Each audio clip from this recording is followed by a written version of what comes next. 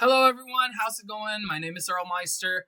If you don't know who I am a pro player for the Rare Hunters team, and I am also a content creator. I've been creating content since set one, and I have been very competitive since set one. Even though I only joined really one DLC during set one, I went to DLC Birmingham where I got a Let It Go for placing the same points as top 128. I was 132, I believe. But yeah, I bubbled out of the 128. I don't think you can call it bubbling out because it's not really top cut, but you get what I mean. I have the same points as the 128 players. But on season two, since I'm focused on content creation on set one, season two, I am now very focused on the competitive part of it. That's why I joined a pro team and I now travel around the world competing. And on my first DLC, I was one short of a day two. On my second DLC, I kind of did something really dumb. I posted my list online 1 week before the DLC. I'm struggling to find balance between content creation and being a pro player. And I went 4-4 in that event. And on my third DLC is when I performed really well. I finally got top eight and my invite to the Continentals in Asia. And I'm going to keep on competing around the world. My next DLC is Richmond, and then Hong Kong, and then Ghent. And I believe there's something in between Ghent. But anyways, enough of getting to know me. I'm here to teach you guys today how to play Purple Steel, and we're gonna dive really deep into this deck, and I will share with you guys the knowledge that I've acquired of thousands of hours of playing and thousands of games played ever since I got obsessed with Purple Steel starting on set 6. So set 1 to 4 I was in Ruby Amethyst. Set 5 is when I played 10 million different decks, but I was heavily invested on green purple midrange deck, and after that set 6 purple steel kind of became my main, even though I still play a lot of different decks, and I highly advise to play other decks as well because it's really good for your knowledge. You will know exactly how your opponents think, and you're just expanding in knowledge. And of course, you can do this if you have time, and if you don't, focusing on one deck is probably the best thing to do. And from time to time, try different decks as well. So we're gonna start with talking about the ink identity of Purple Steel. We're gonna talk about Amethyst, and we're gonna talk about Steel. So let's go ahead and start with Amethyst. So Amethyst, here's the Amethyst cards that we're running in the deck. We have 2 Olafs, we have 4 Palace guards, 1 Royal Guard, 4 Cheshire Cat, 4 Giant Cobra, 1 Demona, 1 Genie, 1 Belle, 4 Elsa, 4 Hades, 4 Demona, and 1 Junior Woodchuck Guidebook. So Amethyst is basically the main color of Amethyst Steel, at least for now. It can change in the future, but for now, Amethyst is our main shell. Why is Amethyst our main shell? Because Amethyst is just busted at the moment. It's super good. It does everything. And if you are trying to win and you're trying to play meta, most of the time Amethyst is the right answer. And of course, other colors like green is also very strong, blue is also very strong, but even these colors sometimes get spared with Amethyst just because it's really good. They have speed, they have especially draws. They have a lot of different utilities, such as big decent bodies like the Mona. You have a lot of evasives as well. You have different ways of removing your opponent's characters like Cheshire Cat or Belle, and you have the ability to exert ready characters. And again, you have a lot of flexibility in this color. Just like Hades is an example of this flexibility. Hades, it's everything that Amethyst Steel wants to do. You can draw or you can remove, and sure, it's your opponent that is choosing the the choices for you. But at the end of the day, both of those choices is exactly what you want to do. Because Amethyst Steel, we're going to dive deeper into this later on, likes to play for tempo. They like having momentum on the board. And Hades gives you that. If it gives you draw, then there's more cards for you to play, and you can keep inking. And if they take out their character, then the board is yours. Or you're helping to create tempo on your board. And other cards are just flexible because they have most of the time a pretty decent body, and they can do multiple different things. When I talked about speed, I mean what I mean about that is Palace Guard, Cobra, and Genie in particular. And then Belle has a little bit of speed with her too, because after she creates tempo, she can quest for two. And same thing with Demona. But the main speed is coming from Palace Guard and Giant Cobra, because Palace Guard is a 1/4 body. He's just really big, and there's barely any characters in early game that can take this out unless they actually commit to taking a card to take a card like Palace Guard out. Palace Guard most of the time can get you minimum of 2 to maybe 3, 4, sometimes 5 or more lore. And this is why Palace Guard is amazing. And then the next thing is Giant Cobra. Giant Cobra is your finisher. Before rotation, we have Goat as our finisher. And then Purple Steel was also running Giant Cobra. But I'm talking about before Giant Cobra was out.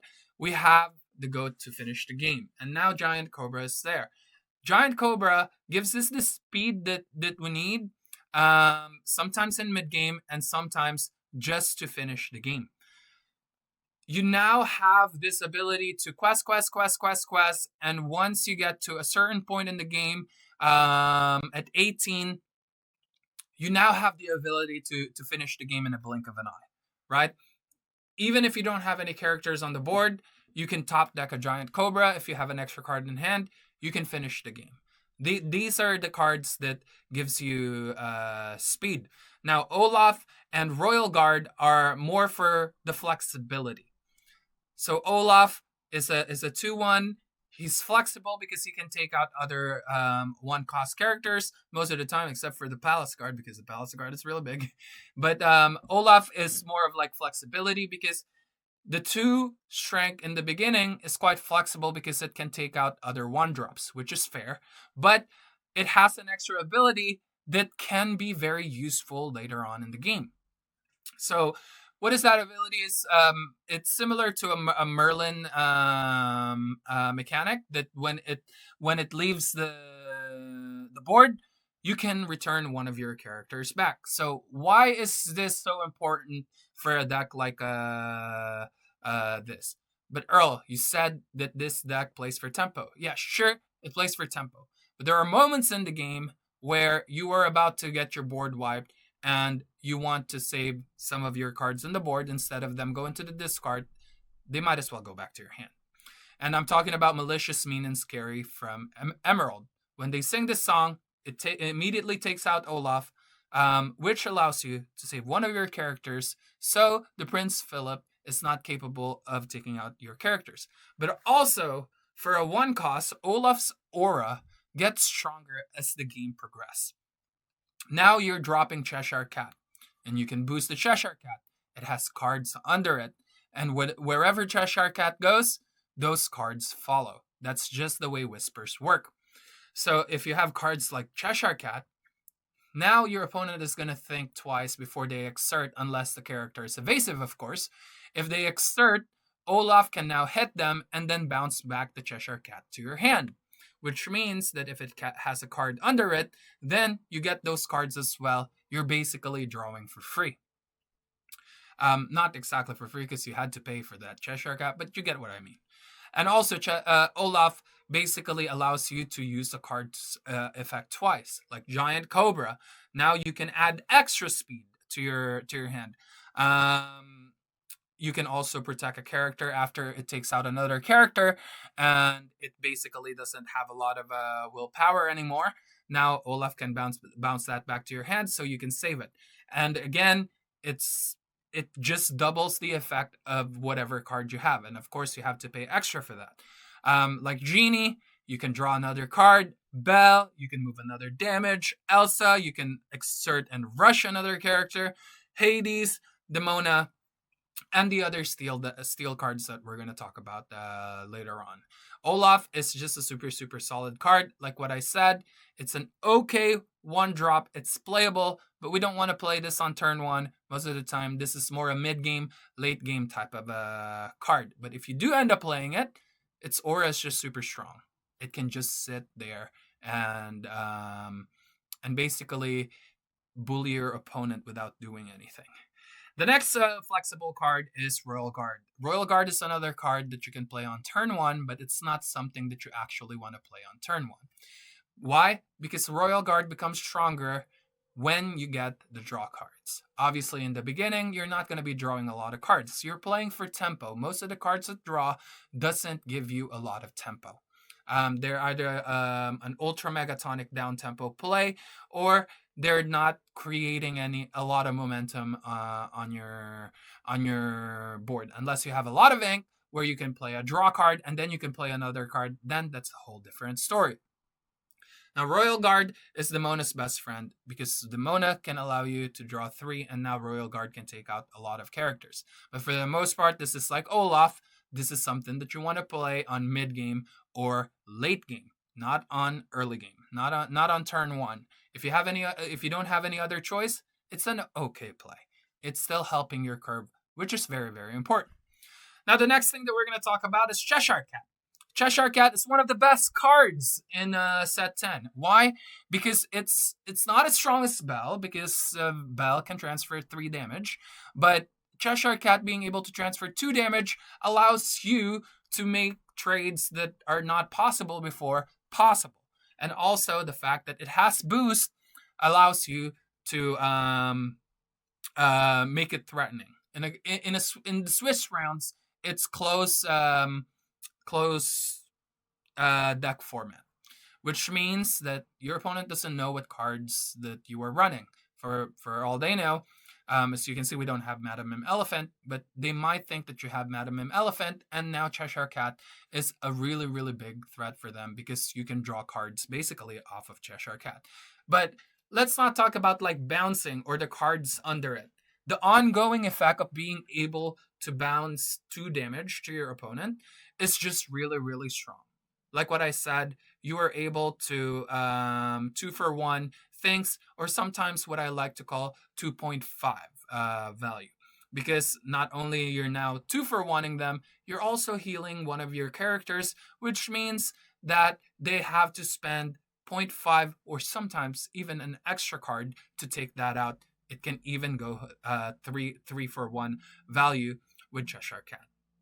The next thing is Cobra. Like what I said, I mentioned this already. This is something that allows you to add speed into your deck. But one thing I love about Cobra is that there are decks that doesn't have a way to trigger Vanish. And those decks will struggle against Cobra because Cobra is a big body. It's a 4/4 body. Now, against a deck that doesn't have the ability to trigger Vanish, this card all of a sudden becomes ultra megatonic. Why? Because it's just super thick. Unlike Lexington, who is also a 4/4 who has alert that can take out evasives, the difference between them is that the Cobra can keep exerting and can keep readying, and it also can sing songs. So against decks that has the ability to trigger Vanish, we don't play this on turn 3. Against other decks, we can play this on turn 3. And you don't always have to trigger that lore gain. Now, if you can see your hand and say that, oh, I have 10 million draw cards in the future because I have Genie and I have Hades in my hand, and it looks like this is going to be the play that I need to take, I'm just going to discard a card with Cobra and get that extra 2 lore. And that's totally fine. because you're adding pressure into the lore now. And also Giant Cobra is a ticking time bomb if it keeps exerting, because your opponent has to deal with it. Either they have something that they can trade with it for fair, 1-for-1, but sometimes there are none. And when there are none, Cobra can get away with so much lore. Next card is the Mona. So the Mona is a 4/6 body that has +2 Challenger. Now, the Mona has a downside, which is Stone by Day. All of the gargoyles have this ability called Stone by Day, which means they can't ready if you have 3 cards or more at the start of your turn. The Mona is really solid in this meta. It's not the best 4-drop in my opinion, but you need a strong body at 4, especially when you're going on the draw against the purple steel mirror, or just in general against a mid-range deck. Having a strong 4-drop really helps because it doesn't get strength. Now your opponent they're on the play, they play on turn for a 4-cost card. They have 4 characters on the board. Most of the time they can take out whatever you drop. They can take out Genie, they can take out Iago, they can take out Cobra, they can take out Lexington, and all these cards. But now at least you are keeping a card on the board by playing the Mona because they can't take out the Mona the following turn. And if they do take out the Mona, it's not going to be very cash money for them because it's so big they have to spend 2 cards. Most of the time, at least 2 cards to take out the Mona. But again, there are times that we play her. There are times that we don't. That's why I only have a 1 of the Mona. And also there are times where if I exert, I want my character to ready again. And sometimes the Mona is not that. But for the most part, the Mona is a pretty solid card that can help your 4-cost curve. The next one is Genie. This one is pretty self-explanatory. It's a big body. It's a 2/4 that is evasive, and that makes it really, really big. The evasive part, because the evasive part is an extra survivability type of keyword, and Genie has 4 willpower, and most cards that are evasive doesn't have that much damage. But you have Lexington though on steel that can take it out. But yeah, Genie is just a solid play because it's also replacing itself in your hand. It's not always the best play, but it's a pretty solid play in general. Next one is Bell. Most people have already cut Bell. Why do I have a 1 of Bell in my deck? The reason why I run 1 of Bell is because Bell is just so flexible, right? She can take out the character on the board. Her body herself, most of the time, the opponents have to go 1-for-1 or sometimes 2-for-1 for it, and she's also fast. But the ultra megatonic part of Bell that I like is that no one expects Bell now. Everyone expects the cat. No one expects Bell. And I like the element of surprise. In my opinion, the value of a card goes high when your opponent doesn't expect a card like this to come. Now, Bell has been ran in purple steel a gazillion million times. But nowadays, no one plays around Bell anymore. And not to mention that 1 extra damage that Bell can do compared to the Cheshire Cat is quite important. Why is it important? Because it can take out Dumbo. And it can take out a lot of other things in general. That 1 extra willpower, like what I said, can be very, very useful. Elsa is also self-explanatory. She does everything. She's evasive. She has rush, and the best part of it is she can exert. If you guys are staring each other in the eye for 4 turns, now you can play Elsa. If you played the Mona on 4, you can take out pretty much whoever you want with Elsa. She's just a super, super solid card. And she has 5 willpower. Let's say that she hits something, she hits the Mona, she can help make that trade. In terms of resources, it's 1-for-1, but it's most likely 1.5 the way I value it, because of she has to take 4 damage. She does survive, and she also becomes a threat. Anything that has damage becomes a threat on the board because of Cheshire Cat and Bell. Now, let's talk about Hades really quick. Hades is a 3/4 body. This is one of our new cards from set 10. For those of you guys who doesn't know, This when you play this, you choose one of your opponent's character, and now they have a choice. Do they put that card under their deck, or do they let you draw two? Now, like what I said earlier, either one is fine most of the time for you, unless you're behind. And when you're behind, anyways, most cards doesn't get ultra megatonic value for you. We don't want to give our opponents any choices, honestly. But purple steel can utilize Hades so well because once you're playing for tempo, even if you have like equal tempo on the board, let's say you have a fair board against your opponent, giving you two cards doesn't feel good. Now putting that card under their card doesn't feel good because you're now +2 on the board, right? If your opponent has 4 cards and you have 4 cards on the board, right? And then you both have 2 cards left in hand. You play Hades. Now you have 1 card left. If they let you draw 2. Now you establish a character on the board, creating tempo because now you have 5, they have 4, and you have 3 cards. Now you gain advantage. If your opponent doesn't let you draw, you have 2 cards. You play Hades. Now they have to take out one of their cards. You now have 5 because you played the Hades, and now they have to send that on the bottom of their deck. They have 3. You still gain an advantage. And this is in a world where everything is fair on the board, right? You both have control of the board.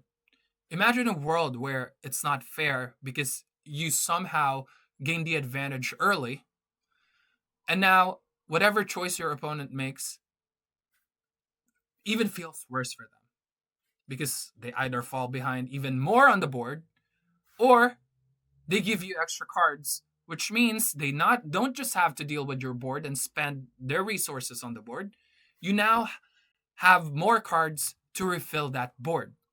Because in a fair world, and when the game starts, if you have 7 cards and your opponent has 7 cards, their 7 cards should be taking out your 7 cards. That's a fair world. But if you use 6 cards to take out their 7 cards, now that's not fair. You have the advantage because you now have 1 extra card. And Hades basically does that for you.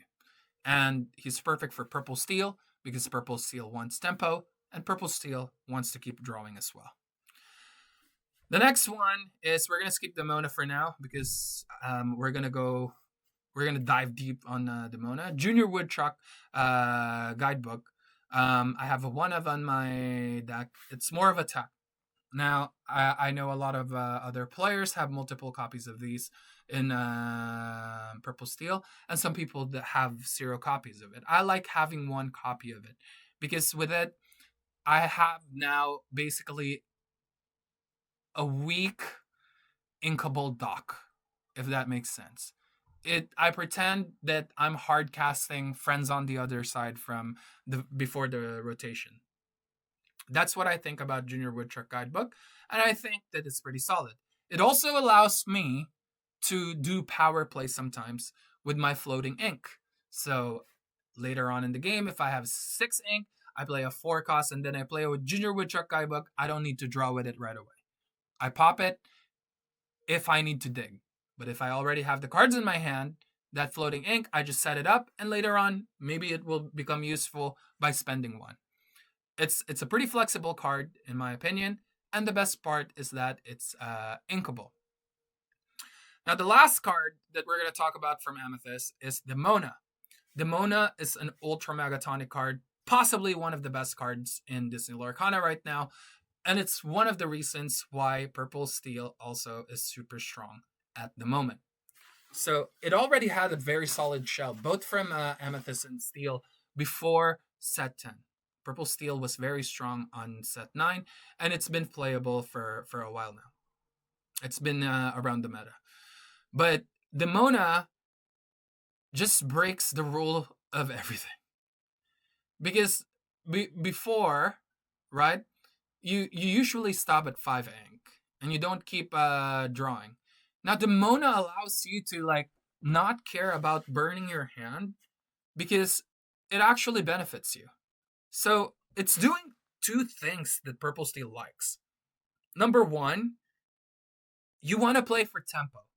You want to have a wide board and a thick one, preferably. And that means you have to spend a lot of cards putting on your board. Now, going to turn 6, the less cards you have, the better Demona becomes. And what does Demona do? What is the other thing that Demona does? It exerts all of your opponent's character. So while you're vomiting your hand on the board and having so many cards on the board, you now have the control of who attacks who. Which means, obviously, you're going to take advantage of that. You're going to take all the value trades that you can. And Demona, at the same time, draws you 3 cards. So let's say we're in a fair world where my opponent, let's say 0 cards. My opponent has 5 cards on the board, or 6. I have 5 or 6. Let's say we both have the same. Now, while I play Demona, I draw 3. My opponents draw 3. So we have equal hand size. But I exert all the characters on the board from my opponent. Which means my bigger bodies that can take out smaller bodies can now go 1 for 2. So their 3 cards in their hand and my 3 cards on the hand, let's say it was equal, they take out each other, they cancel each other out. But now the board, we also count as a resource and tempo. Because if they have 5 cards, I have 5 cards, most likely 3 of my cards will take out 3 of their cards, while 3 of my cards are able to survive. Or there are times where my low value card can take out their higher value card, right? Like Captain Hook can take out a bigger dude, or Royal Guard, for example, can now take out a Cheshire Cat. Because when you play Demona, you draw 3, and start of your turn, you draw. Now Royal Guard is at 5 strength. It can take out big cards like Cheshire Cat. And now you're outvaluing them by spending your low value characters to take out their high value characters, and you're using cards like this, Demona, to take out something that has 4 willpower and be able to survive, a giant cobra who can take out the opponent's Cheshire Cat or anything with 3 damage and be able to survive. And now you have +2, +3, +4, sometimes +5 on the board. You can even board wipe them. And this is why Demona is so good. Not to mention, in this deck, because we're going to be talking about Steel pretty soon, you also have a chance to dig for your songs. Which means that these characters, the 3 cost characters and the 4 cost characters, can also sing those songs, allowing you to take out something that's evasive or something that's big that you don't want to hit because you want to keep your character healthy. You now have a chance to get those cards because you're digging 3, and that's a lot of cards to dig, right? And this is why Amethyst is so strong, because it just has everything you need. It has the strength, it has the willpower, it has the evasives, it has the rush, it has the exert, it has flexibility, it has pretty much everything that you want from any color. It has that. And this is why people are saying Amethyst is busted. And that is why we're using Amethyst as our shell. Now let's talk about Steel. Let me take a drink really quick. All right. Now, Steel complements Amethyst well because Amethyst Steel loves tempo. It loves controlling the board and then exerting for lore. And Steel is the best complement for this. Why? One of the main reasons why really is the songs. Because in Disney Lorcana, there's a very unique what do you call this, unique mechanic where there are actions that are also songs, and your characters can sing the songs. This is one of the reason why Steel is so amazing with this, because when you're singing a song for free, you're taking out most likely a character from your opponent's board. Now I understand by doing so, you are spending a resource, right? But Amethyst Steel doesn't care about it because they have so much draws, right? So now you're able to capitalize on your game plan for tempo and momentum by singing songs, but you're also not worried about burning out your hand too fast because you have multiple ways of refilling your hand anyways. Another thing that we want from Amethyst or from Steel is the big bodies. The super solid big bodies. Starting from Hook. Hook is a 1-2. He's not amazing for gaining lore, but he is something that will check your board in early game, at the very least. Because Hook is can hit for 3. It takes out most 1 cost or 2 cost characters in general. Black Heron is an inkable 3/3, which is also super solid. Kaloon is a 3/2 body that has resist. It can take out multiple characters. But the best part of the Kaloon is that it can take out characters without slowing down. Kaloon is literally the bane of aggro. Because when you're taking out characters from aggro, because what you want to do with aggro is dance with them. You want to control the board, that's the priority, but at the same time push some lore. So they don't get the time to, oh, I'm just going to play this, wait for the next turn, exert, gain lore, and then do it again. But Kaloon says, no, I will control your board, but I also won't fall behind in this race. And this is why Kaloon is amazing. We have Doc, because we don't have enough draws. We're now running Doc because we want more draws. I'm just kidding. Doc is also great because the game plan is for tempo. You're trying to vomit your hand as fast as you can. You're singing songs. You're burning your hand. And Doc is perfect for a deck like this because if you don't have any cards in your hand except for Doc, you can now play Doc, not discard anything, and draw 2. Doc is Ultra Megatonic as well. With Olaf that we talked about earlier, because if Olaf and Doc is down, they're like a match made in heaven. They create this Ultra Megatonic eerie aura against your opponent, and they don't want to exert. Because if they exert, Doc will now quest or poke, and then Olaf will finish, or poke, and then bounce the Doc. And now you can use Doc again after you just played 2 cards, use Doc again, and then play 2 more cards, or sing one of those cards that you draw from the Doc. Doc is just Ultra Megatonic. Now, Earl, if he's Ultra Megatonic, why are you not running 4 of them? Because Doc sucks in early game. You never want to play this on turn 2. And he can also brick. And for those of you guys who've been playing this game, we all know that the Docs comes in pair. They always come in pair. You either don't find any Doc, or find all of them at the same time, breaking your hand. I think that 2 is a safe place. You can probably go 3 if you want, but for me, I like to play it safe nowadays. I play for 2. I have so many other draw cards anyways.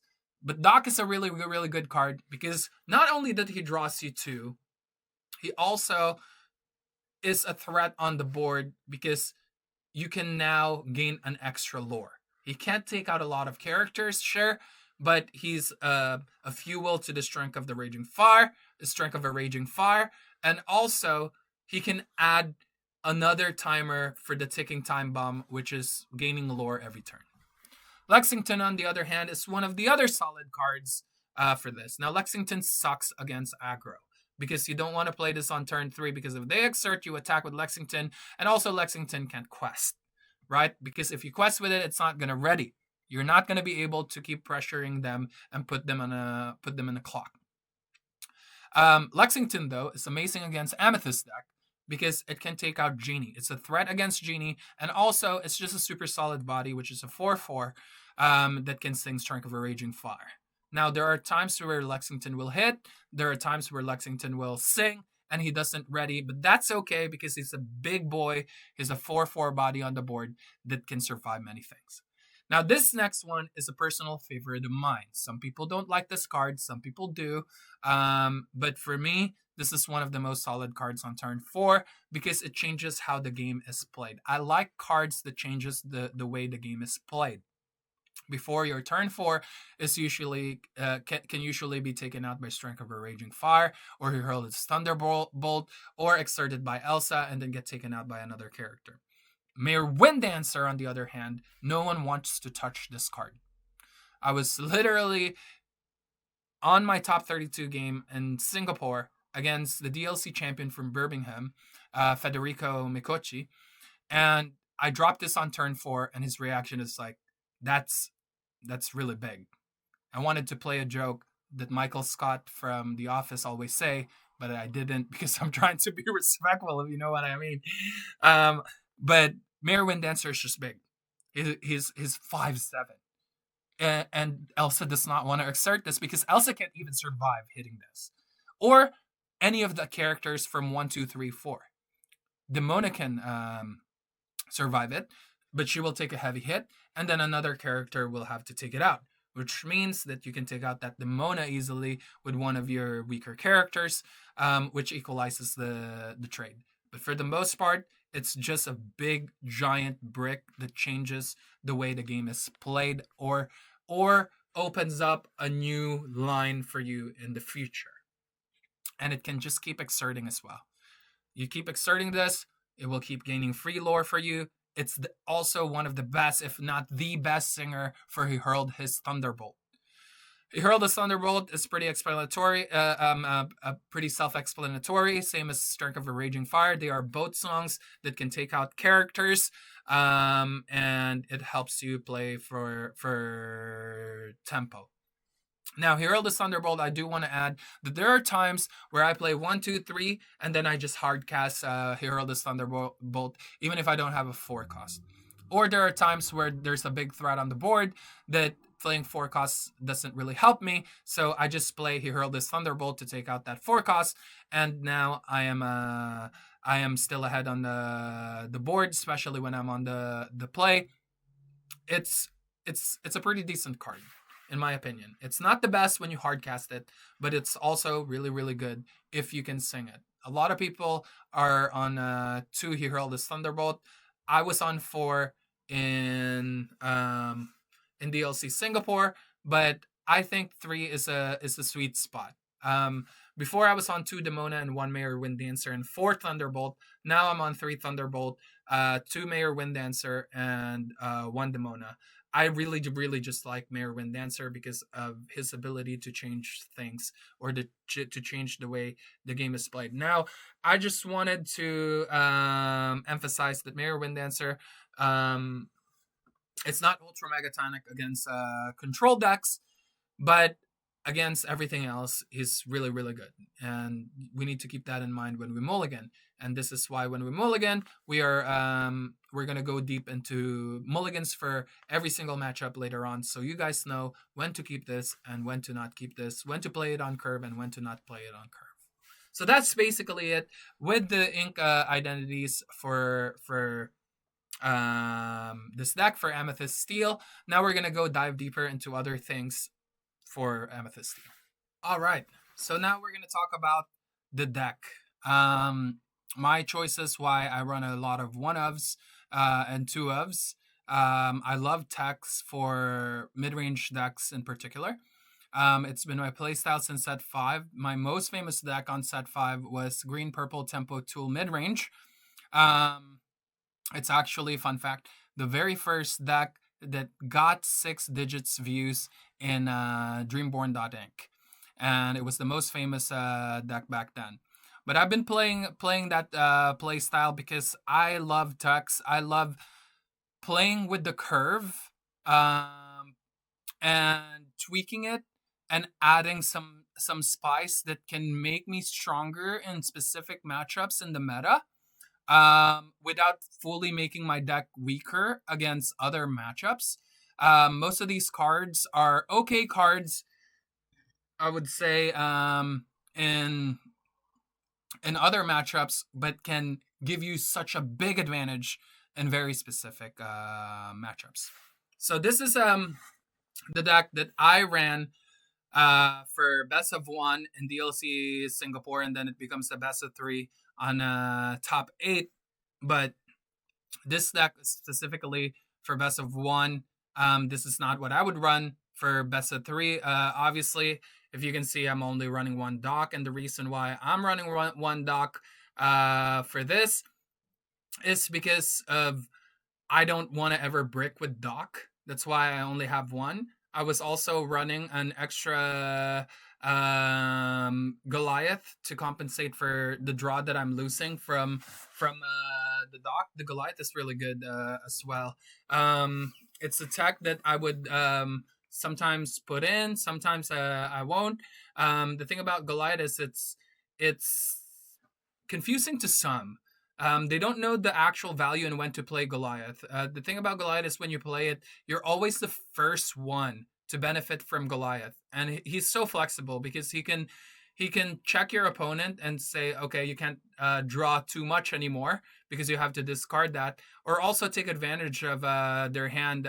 Let's say you play this while they have 4 cards in hand, and now they don't get any benefit from Goliath, and you get 2 benefits from Goliath because if they don't remove it, then you get another draw from it. But enough of this. Actually, I want to highlight that I'm only on 1 Mayor Wind Dancer and 2 Demonas because again, I wanted to play less inkables. Less uninkables. And this is just a much safer way of playing for what I just discussed earlier about the 4-drop changing the way the game is played. So let's go ahead and look at the best of 3 version of it. So for the best of 3 version, I went to 11 one drops. I think 10 or 11 is the sweet spot. 10 is the safe one. 11 is preferable because like you can power play more. You wanna vomit your hand like what I said earlier, and this basically helps with that. So the changes that I made is I took out Goliath as well because I went back to 2 docks. I also went for 2 Mayor Wind Dancer, and 3 he hurled this Thunderbolt. Now you can go for 4 Thunderbolts on this as well. I just feel like he hurled this Thunderbolt is safe, and Mayor Wind Dancer has just a big giant impact on the board once it's down. I also want to highlight the addition of Bell because like what I previously mentioned, no one plays around Bell anymore, and it's a great surprise, especially if you play Mayor Wind Dancer and cards like this, because of it's Bell's best friend. Bell likes cards that are healthy, that has more than 3 willpower. So Cheshire Cat, Cobra, Lexington, Demona, Genie, Mayor Wind Dancer, Elsa, Hades, and Demona.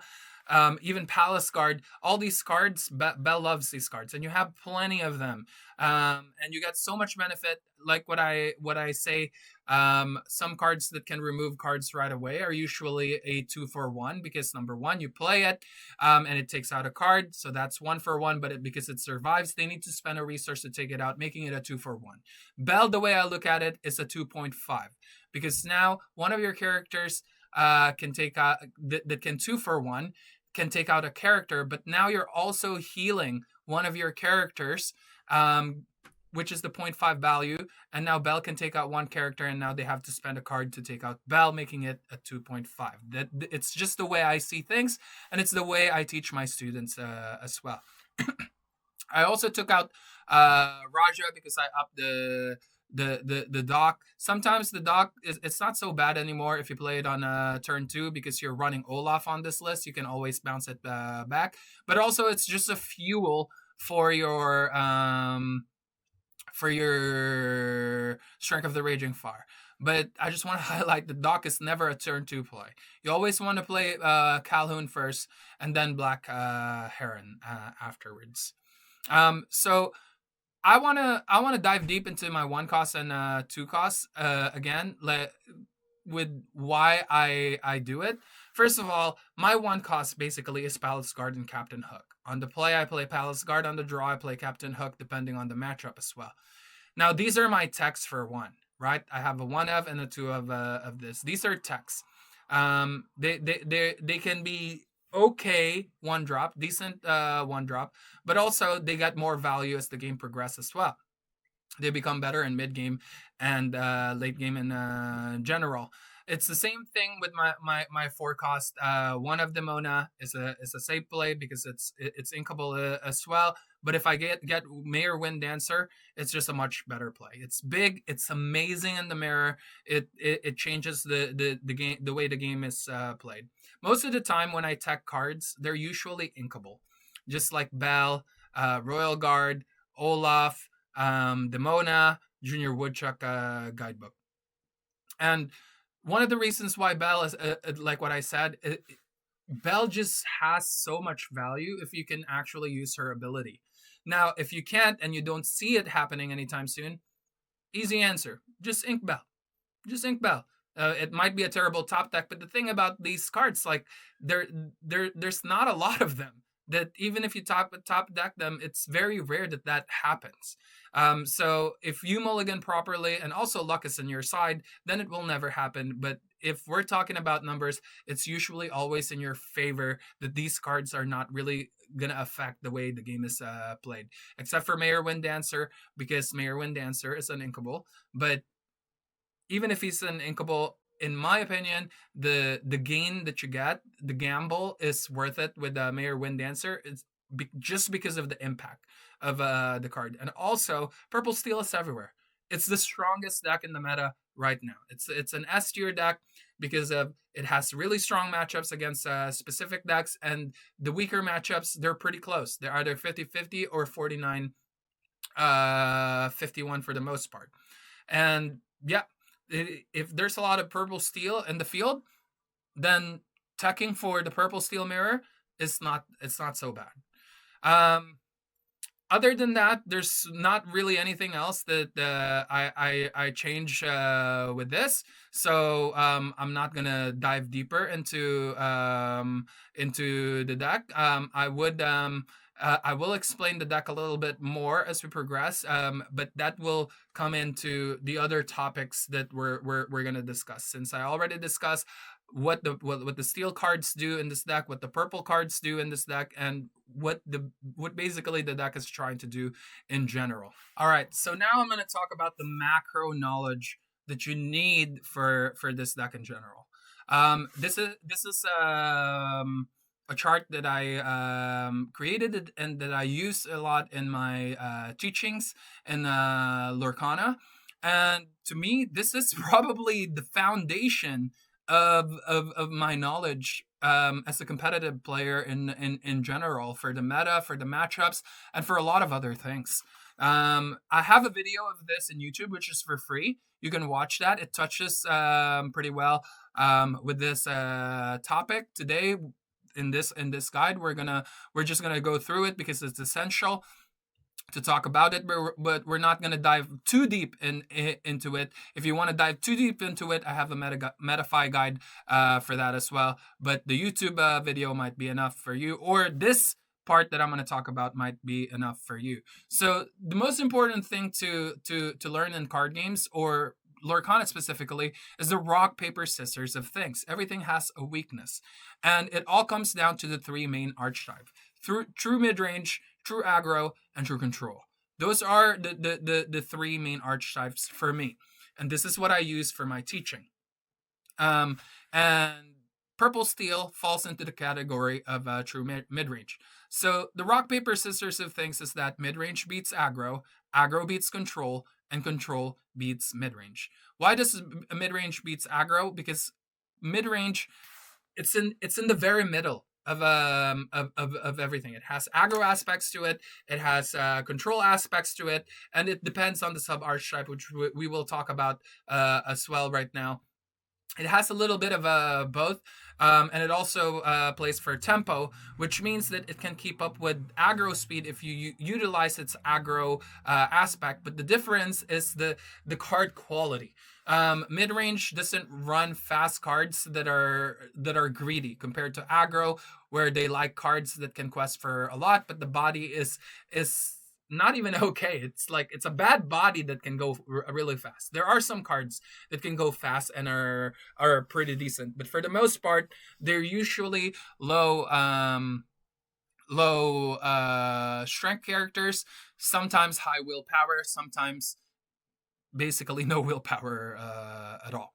And the speed of aggro, mid-range can pretty much match, but the difference is that mid-range is free to exert, but the moment aggro exerts, mid-range can take out those characters and be able to survive, creating tempo, which means that when they're racing, if they keep questing and you keep taking out their cards, you will eventually have enough lore on the board that you can finish the game in 2 or 3 turns.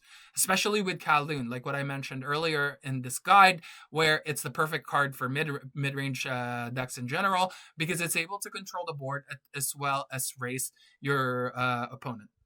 Now, aggro beats control because it's really quite simple. Aggro is fast, control is slow. Before control can even utilize its strength, which is the late game, aggro has already finished the game. Now, control is stronger than mid-range because if mid-range cannot find, it's not as consistent as finding its aggro aspect. If you can't find that, then all the cards that you do that you put on the board, they won't be fast enough. Even if you're creating tempo, eventually control will out tempo you. Once you touch into the late game, especially with blue decks, they can fast forward the game, and now all of a sudden you're only on turn 4, turn 5, and they're already in late game because they have so many inks. And then from there, they're gonna 1 for 2, or 2 for 1, however you want to say it. All of your cards, everything that they do will just outvalue everything that you do. Not to mention, some control decks have board wipe, which means that if you create tempo or momentum on your board, they can just erase all of that in the blink of an eye. And there are cards like Prince Philip, and thank God Sisu is no longer here, because there are cards that can board wipe you or take out most of the cards on your board and then be able to quest and still not lose any tempo on their side. And that's the rock paper scissors of things. Now, as you can see over here, I made two smaller charts. This is quite irrelevant, but it's basically you can use this for other stuff. But we're gonna focus more on this side because there's a lot of mid-range decks in the meta at the moment, and you also need to know what type of mid-range you're going to run when you're running Purple Steel. So Purple Steel is a mid-range deck, and mid-range it's easy to configure, especially with Purple Steel, because there's so many good purple cards and steel cards that you can adjust the speed of your deck and the thickness of it and what it's trying to achieve. True mid-range is usually where Purple Steel land.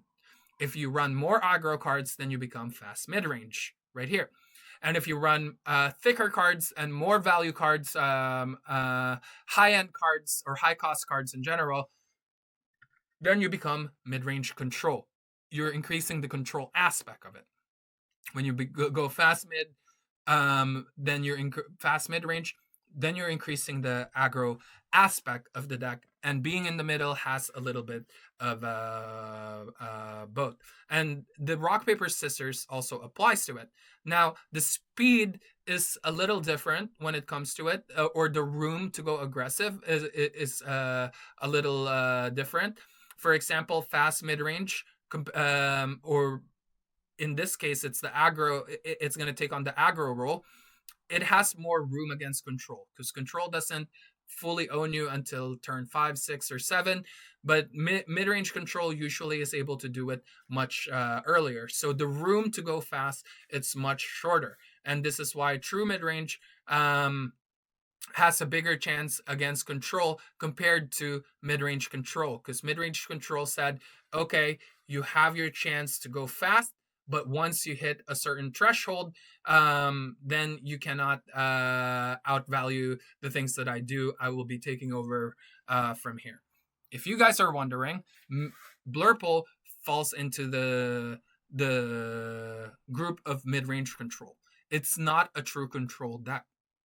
But in that matchup with Purple Steel against against Blurple is taking on the role of mid-range control, or taking on the role of control. There's only really, once the sub archetypes are done and you've identified things, because you need to use this so you know how much room you have to go aggressive, and what your game plan is. Once you've done that, it really all falls down to these three categories right here. Who is the aggro, and who is the control deck. Against Blurple, you are the aggro deck because you are more on this side. You're more on this way. You're on the left side. You're the aggro deck, and this is more on the right side. Then Blurple becomes the control deck, and this is a very important thing to know. It's a very important macro knowledge to know in general. So if you get thrown a rogue deck and you don't know exactly what that deck is, you are now able to somewhat identify what they're trying to do based on the cards that they're running, right? So if you see faster decks, you now know that they're an aggro deck or fast mid-range at the very least. Then you know exactly that you are the control deck in that matchup. And the same goes if they're playing like ramp and stuff. You now know that you are the aggro deck in that matchup, and that you need to apply pressure early in the game, because you won't be able to outvalue what they do, especially if you're paying attention to what they ink. Playing purple steel is all about finding your role. And against aggro, you are the control deck. Against control, you are the aggro deck. And against mid-range decks, whoever goes first usually is the aggro deck, and you have to find a way to steal the steering wheel from them to be in the driver's seat. You have to find a way on how you go on the offense instead of defense if you were going second. Now, if you were going first against another mid-range deck, then you are the aggro deck.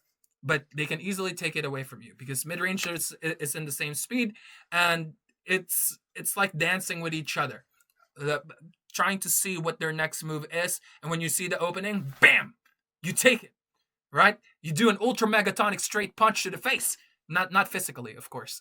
You get what I'm trying to say. Take that opening and take control of the board and be on the aggressive side of things. So you are the one that's questing and not them.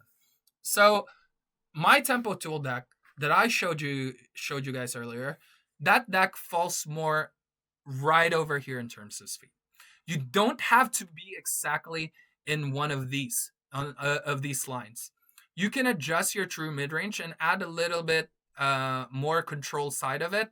And this is why I think, or I know, that the deck falls a little bit more here, which is sometimes can feel like it's almost a mid-range control mirror, depending on how you draw. But you also need to know your limits, right? Because you know that at the end of the day, mid-range control would have better endgame cards than you, because they run more of it and you run less of it, right?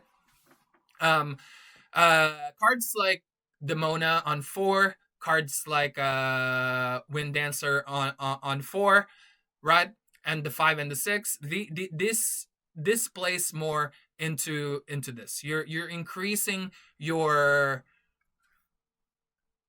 control aspect in the deck. Most mid-range decks are usually right over here in the very middle. Sometimes they go a little bit over here, but I like being here at the moment. And I know that if you are right over here, you're usually weak against mid-range control. But like what I said, depending on how you play, depending on how you mulligan, you can actually adjust the game plan on that. It's a very complicated thing, and it's something that we're gonna dive deep later on in this guide. But the point of all of this is knowing what your opponent's deck does and choosing your role. Are you the aggro deck? Are you the control deck? When do you become the aggro deck in the matchup? And when do you become the control deck in the matchup? Sometimes it changes in the mid game, like in the mirror. Sometimes it starts right off the bat that you have a given role. And also, a big factor of this is your hand.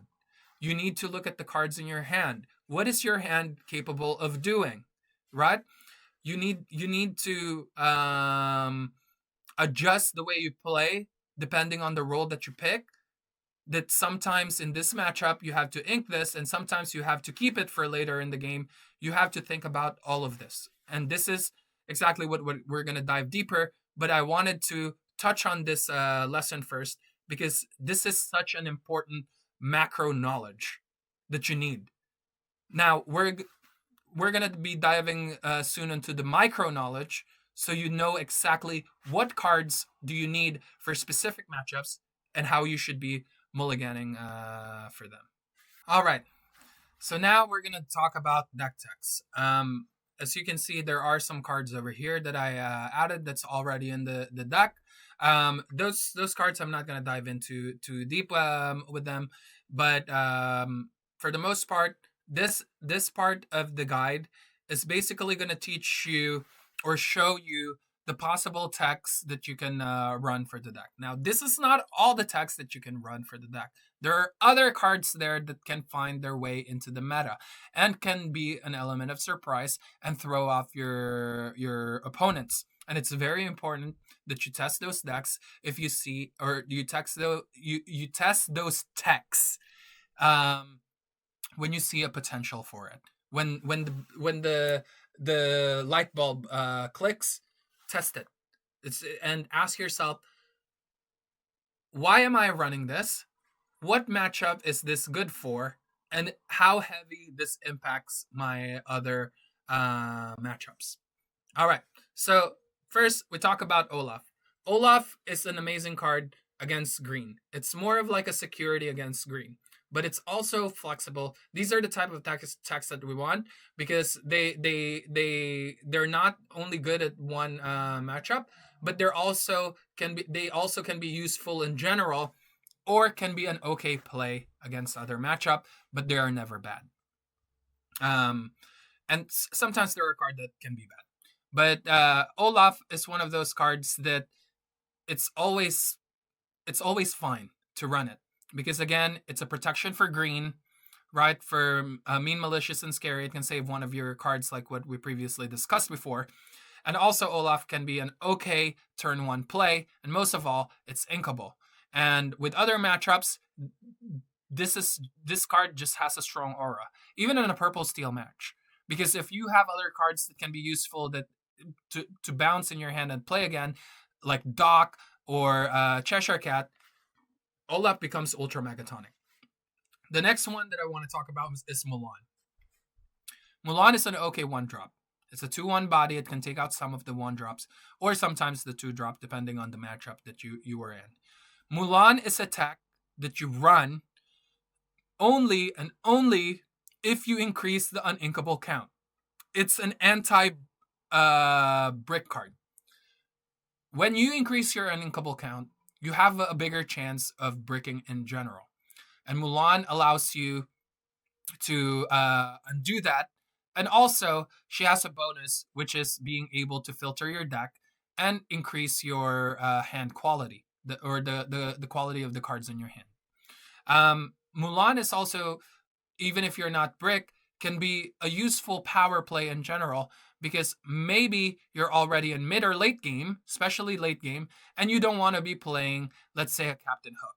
So instead, you already have the Mulan instead of playing, let's say if Mulan was a different 1-drop, instead of playing a Captain Hook and a 1-drop, you now have the choice of, I'm going to play Mulan first and see what I can draw, and then I'll discard my Captain Hook if the value of the card that I draw is more useful than Captain Hook or is just better quality than Captain Hook. That's the bonus of Mulan.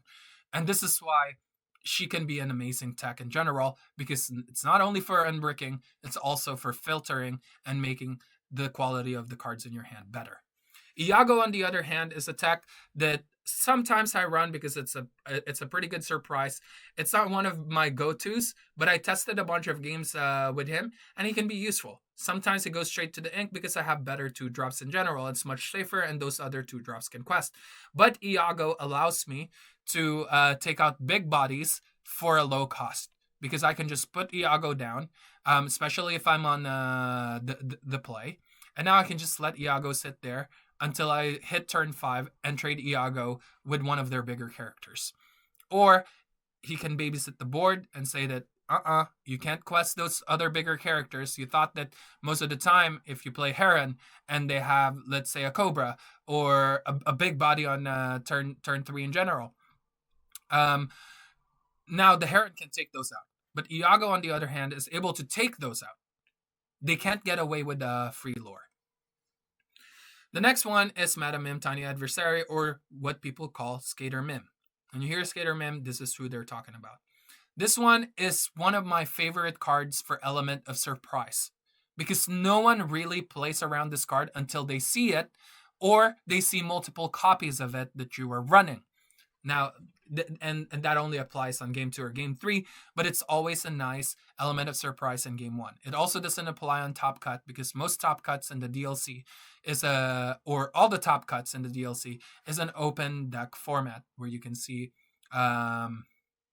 where you can see your opponent's cards.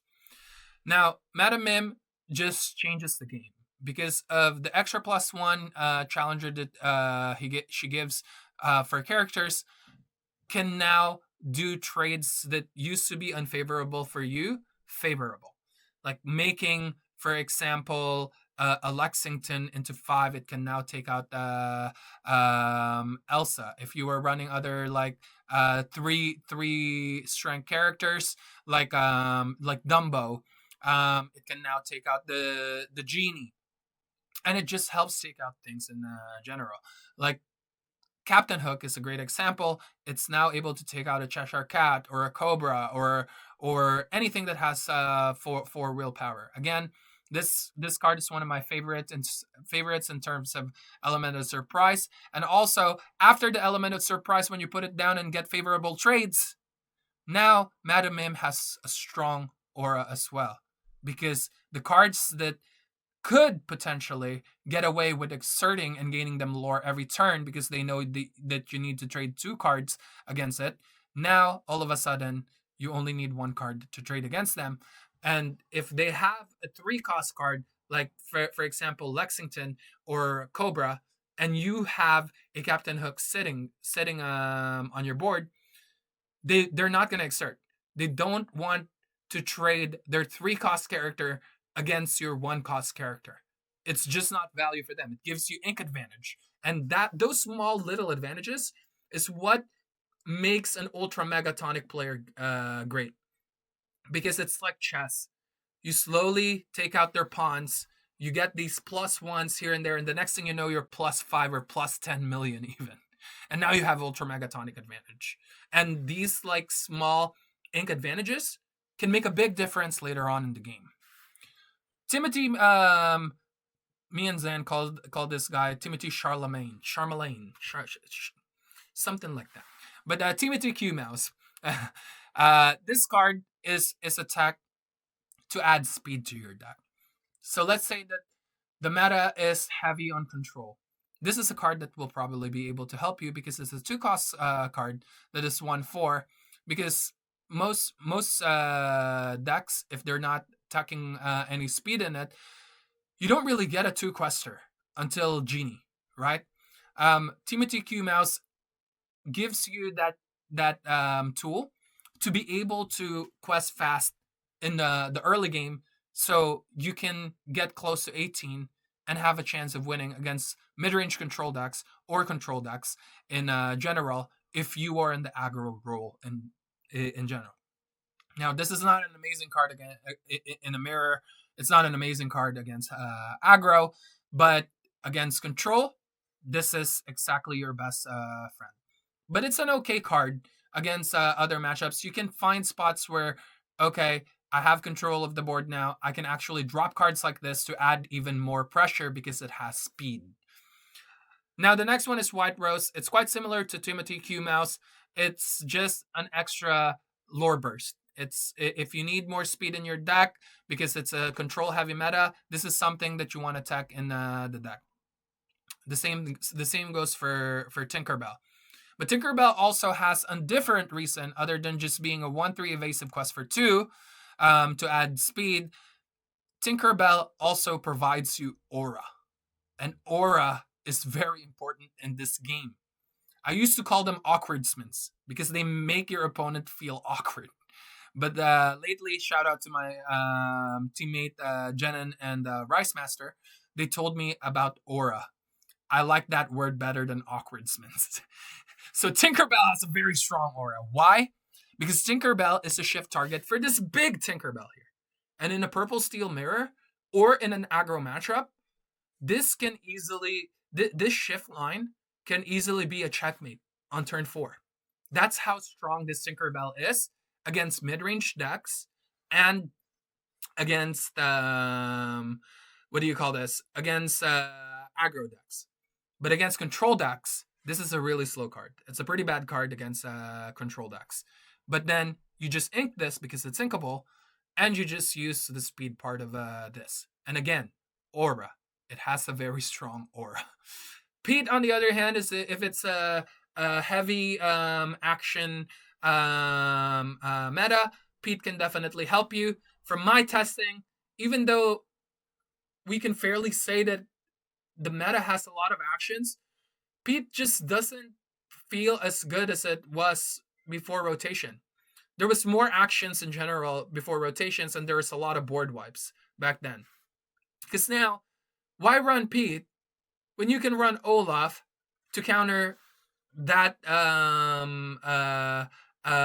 action that you were afraid of, right? To buy enough time. Now, Pete can be good against Zan's deck because you can possibly create tempo on the board if you can, because that deck also is really good at controlling the board. If you somehow got to do that, you can now lock down for another turn, even if they have Monstro on the board, and you can quest for more with your cards in general. You can gain more lore. But Pete is a no for me, but I added it here. If you can find a spot, maybe a one of it can be useful, and also he's inkable. In my opinion, he was stronger before as a tech, but now because of the power change or the power level changed in Disney Lorcana, 3/3 body for turn 3 can be quite underwhelming. And I think that's the biggest part why I think Pete is a bait, but he can still be useful in some matchups. For example, like going second against Purple Steel, he can be very useful because they play 1, 2, 3. Now you play Pete. No singing Strength of the Raging Fire for you. And then you sing Strength of the Raging Fire first the next turn, giving you an advantage. But your singer is Pete. If I play Mayor Wind Dancer, I don't care if you sing with Pete. I'm gonna eat Pete with the horse, right?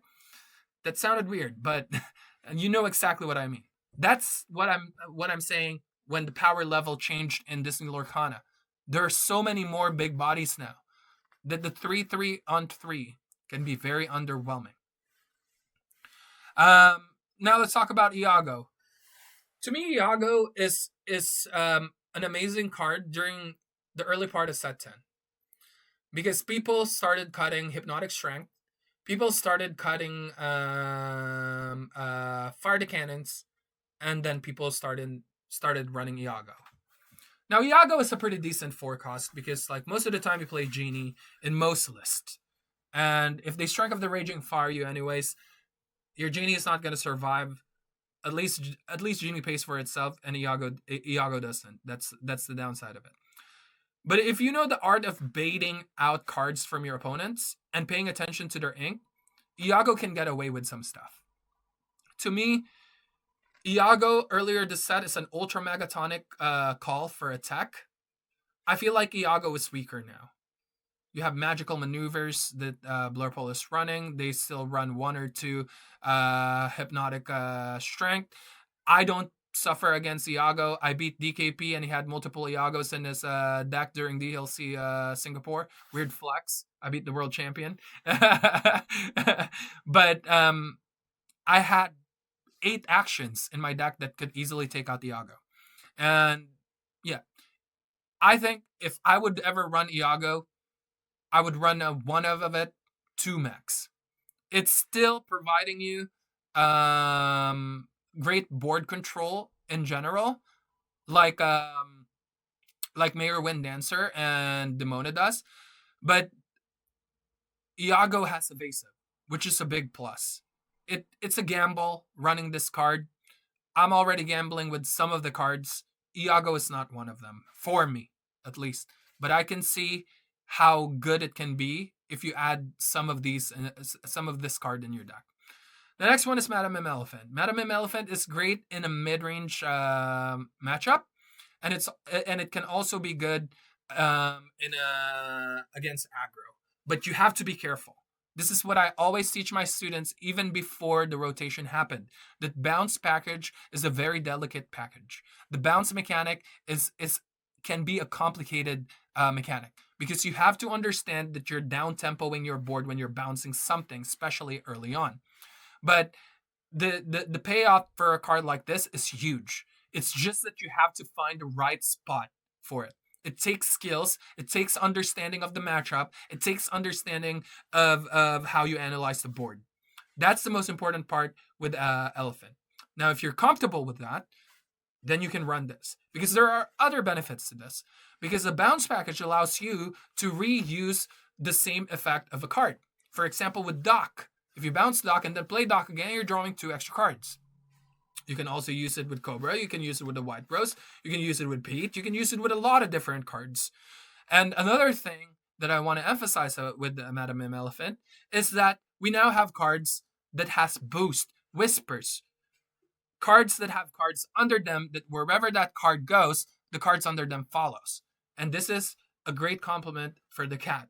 Um, they both have the same, almost have the same effect, basically. Um, same, but not same, but still same.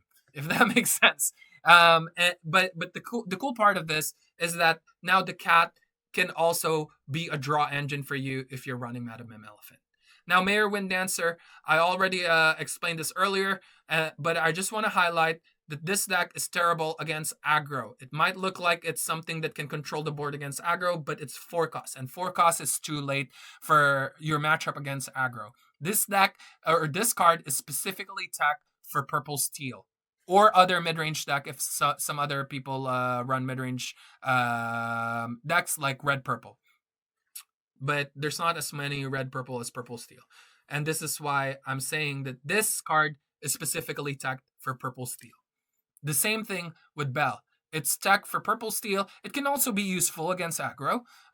It's not the best against control, but the thing about Bell, sometimes one Bell play on turn 5, if they misplayed and exert, is enough to finish the game. It's enough to checkmate them and makes it hard for them to catch up. And this is why I love Bell. Bell is great in the mirror. It can take out Dumbo. It can be useful as well in against Blurple because of Dumbo, or it can help you take out Hades or other bigger cards. But for the most part, Bell is a tech for mid-range decks, and this is why Bell is an amazing tech because it can also be useful for aggro and some mirror and some control matchups. The next one is Ursula. So Ursula in the beginning of the set, I was at 4, and then it became 3, and then it became 2, and then it became 1, and then it became none. But I think that one of this 2 max is still a pretty decent one. It's just very reliable on high roll, if that makes sense. So what Ursula does is multiple things. And those multiple things is really good because it exerts an opponent's character that you choose. And on top of that, you get to play a song that is equal or lower than the cost of the card that you exerted.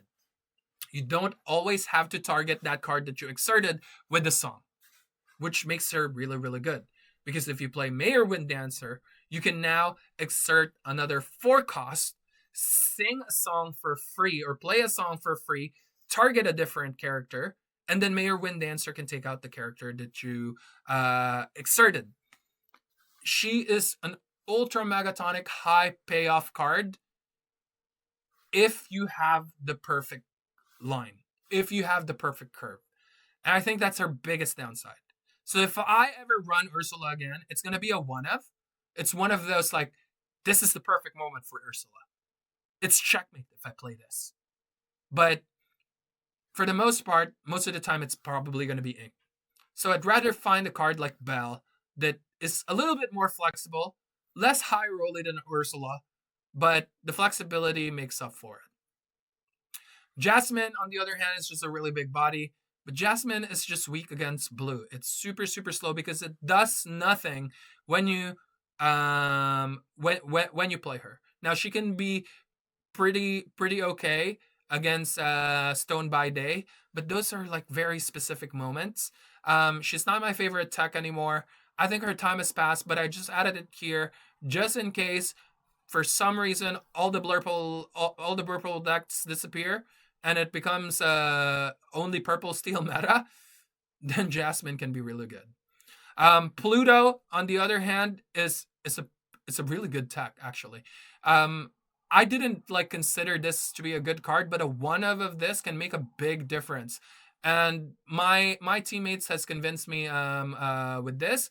You've guys seen what I lost to in DLC Singapore. If you watched it, it's against my teammate Jenin, and he's running Pluto. Pluto can be really good against the dogs. Funny enough, he's also a dog because of you can play a steel card and you can banish the Chromicon. But for the most part, it's also good against the dogs because it basically turns all of your steel cards into Calhoun. If they banish something on a challenge, it can you can now gain lore from that. So you're controlling the board as well as not falling behind on the race. And also, it's a pretty solid body. It's a 5/5 quest for 2. And the best part is, it's inkable. And I highly recommend exploring this dog, Pluto, because he's pretty solid. Goliath.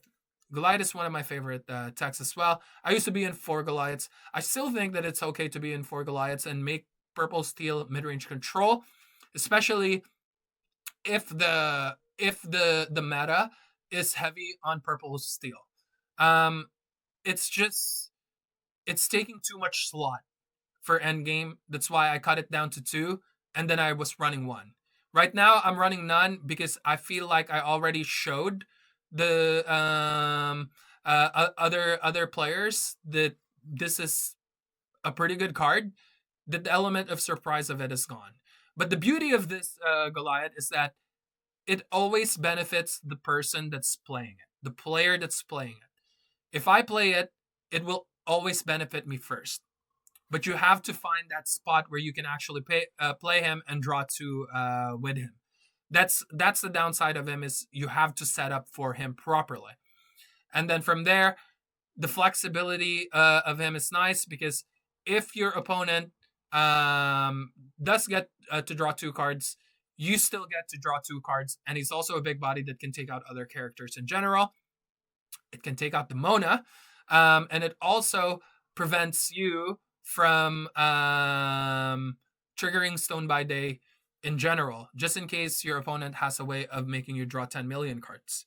But Goliath in general is a solid card for me because if they don't deal with it, you keep drawing 2 with it, and it forces your opponents to take suboptimal lines sometimes because they want to get the draw from it if they don't have a way of dealing with it. Because if they don't, then you're getting too much value from it as the person who played Goliath.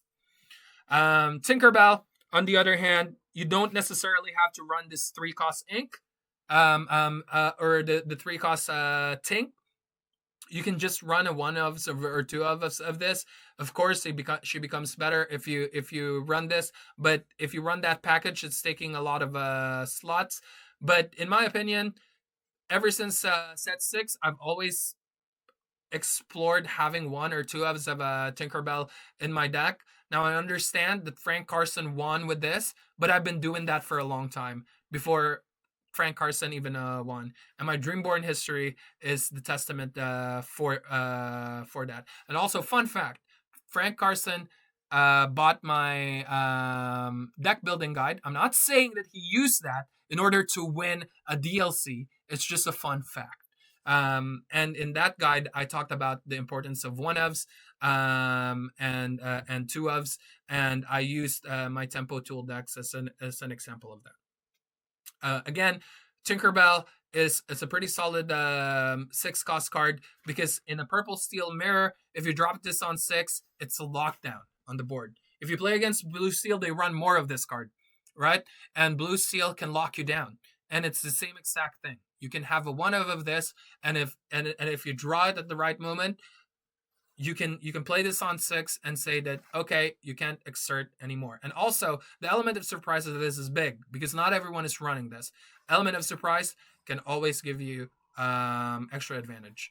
Hypnotic strength is an okay addition to this deck. It helps you take out specific characters in general, and it also can be really good against Iago and other illusions that has vanish on them.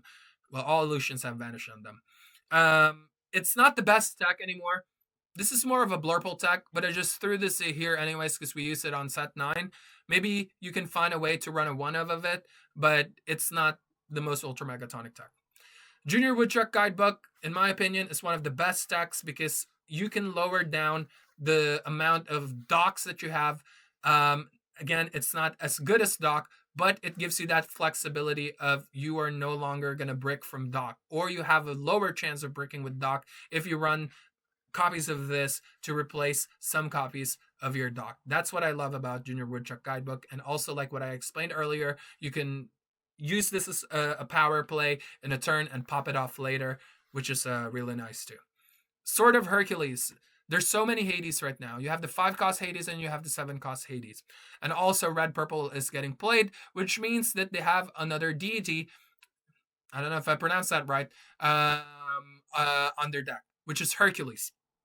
Funny enough, the Sword of Hercules actually banishes Hercules. But this is a pretty decent one of in the deck. Some people run 2 ofs of this, but I think 1 of is enough because it chooses its moment. This card allows you to take out those deities for 2 cost, and at the same time, it has a pretty decent static effect. It gives you half of Kowloon, right? Because now all of your cards or all of your characters, if they challenge another character and they banish them, you can get 1 extra lore from it. It's a pretty decent static effect for the card, and also can be a really good removal when it finds its moment. And the best part is, it's inkable. Next one is the library. I don't think this is the best deck right now either. I think it's an okay card because of the 8 willpower and the ability to draw if you trade. This is something that I would run if green becomes ultra megatonic. Now I understand that green is pretty ultra megatonic right now if it high rolls every game. The problem is it's not always high rolling every game. It doesn't always find the pieces.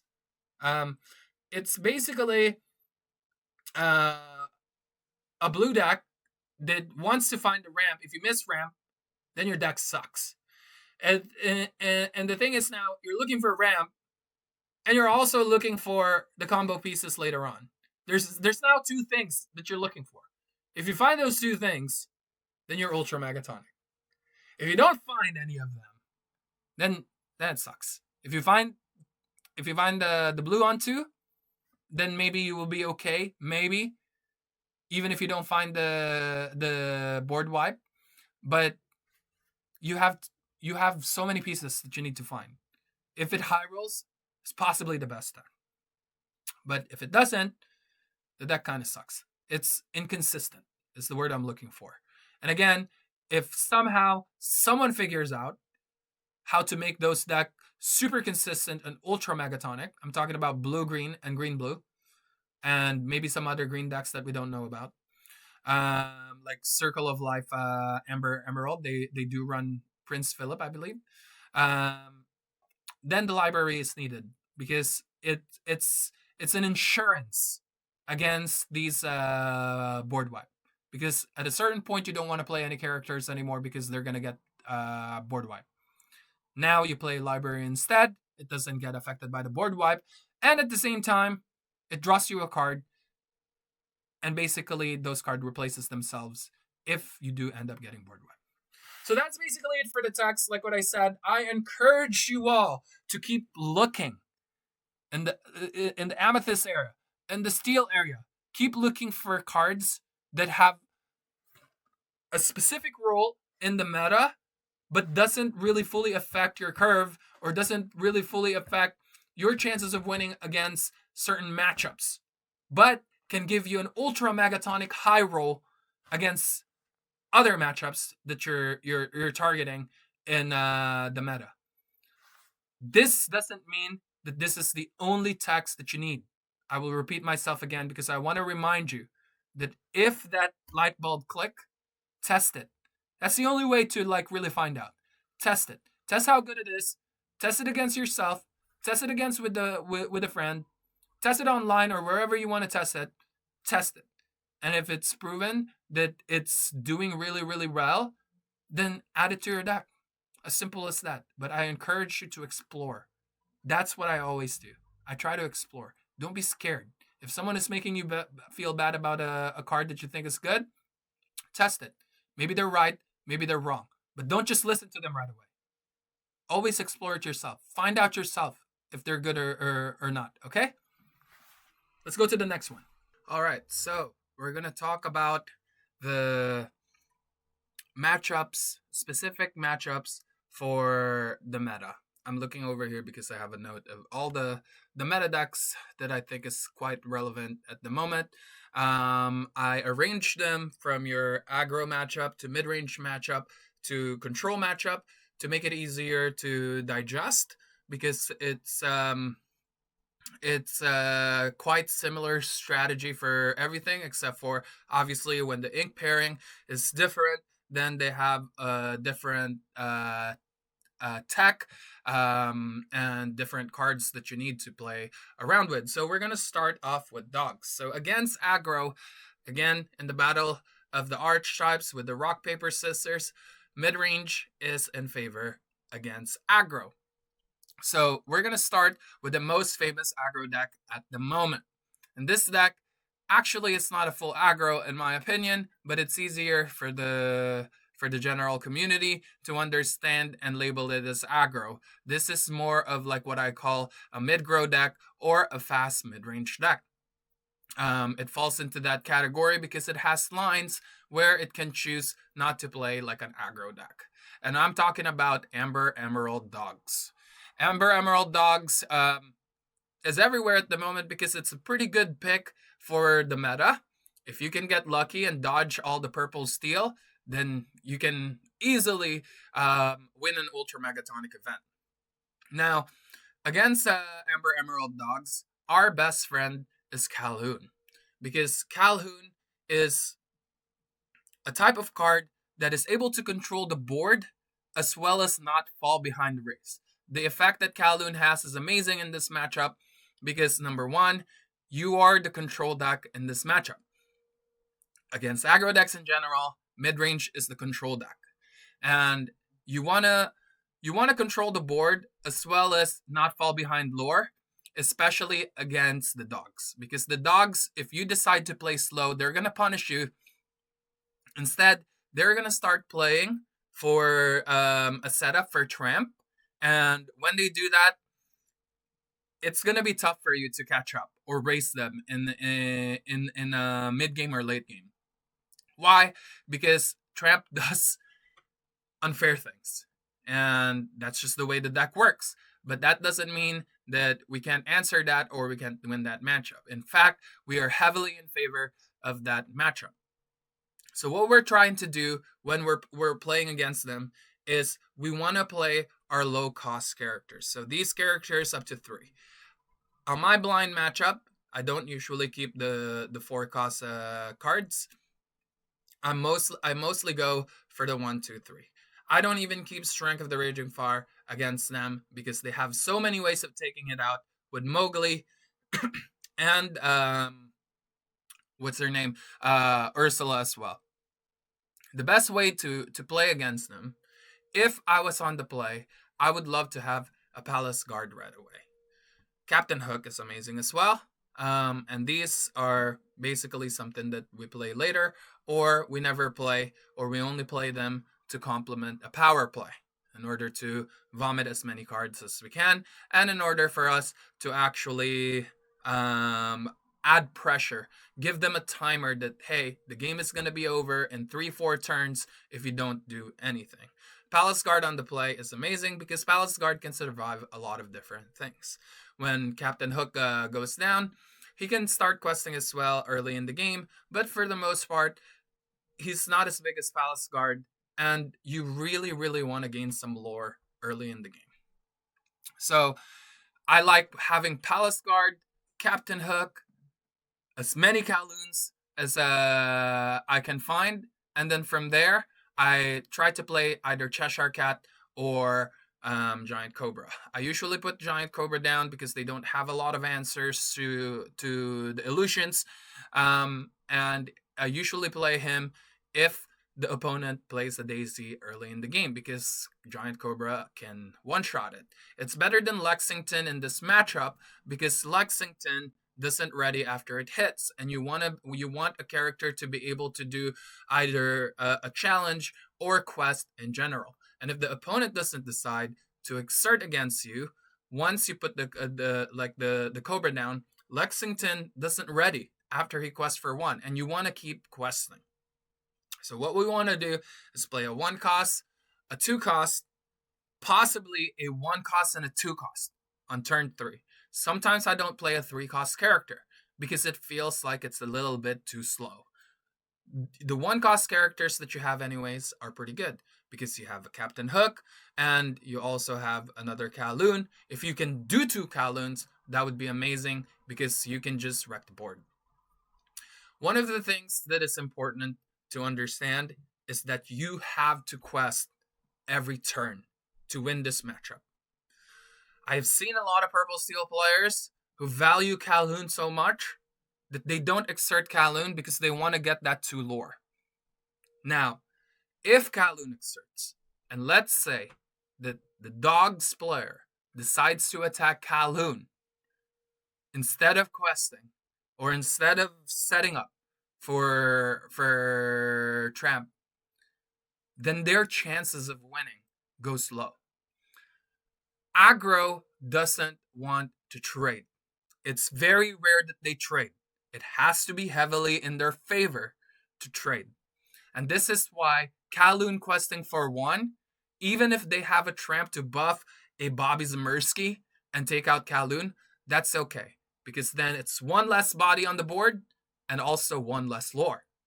This is what we need to understand with this matchup, is that there is a timer for both sides. They are setting a timer to build a board, to play for Tramp, and then find tools to beat you. Whether it's Lady, Chromicon, sometimes Under the Sea, or whatever they can find to basically set up an Ultra Mega Tonic board, including another Tramp into another Tramp into another Tramp, which will be very, very hard for you because, first of all, Tramp is a really, really big body, and Steel, in general, struggles against big bodies. So, like what I said, match how wide they go. If you have a strength, you can play for it. I usually don't play for strength here. I let it come naturally. I build a strong wide board, and then I hope that I top deck strength later on. And when you do, it feels good. But the main goal is to build a strong wide board and keep questing every turn. And again, Calhoun is your best friend here, especially when the Chromicon is down. Because when the Chromicon is down, they're going to bounce back your characters. But Kowloon says, okay, guys, everyone can quest. And then Kowloon attacks and gets 2 lore as well as control the board. And Kowloon usually survives most of the stuff that she hits. If they decide to bounce back something with you already gained all the lore that you needed, and you have controlled the board, or tried to at least somewhat control their board. And then you just play some stuff again. and set up the Kowloon plus another card. Again, I usually don't keep any of my 4 drops or 5 drops in this match. If you don't do that anyways, and you have a bunch of 1 costs and 2 costs, you now meet your goal of having a good and thick and wide board, but also it makes your top deck quality better later in the game. Because if you are drawing the early game stuff, you're dumping them early game where they have a better value in the early game, and also you will be inking some of these cards in early game, which gets rid of all the useless cards for mid game or late game, and now you're getting better draw. My last advice in this match is that you do not draw until later in the game, or if you were looking for an out. Draws are the last thing that you want to do in this game or in this match.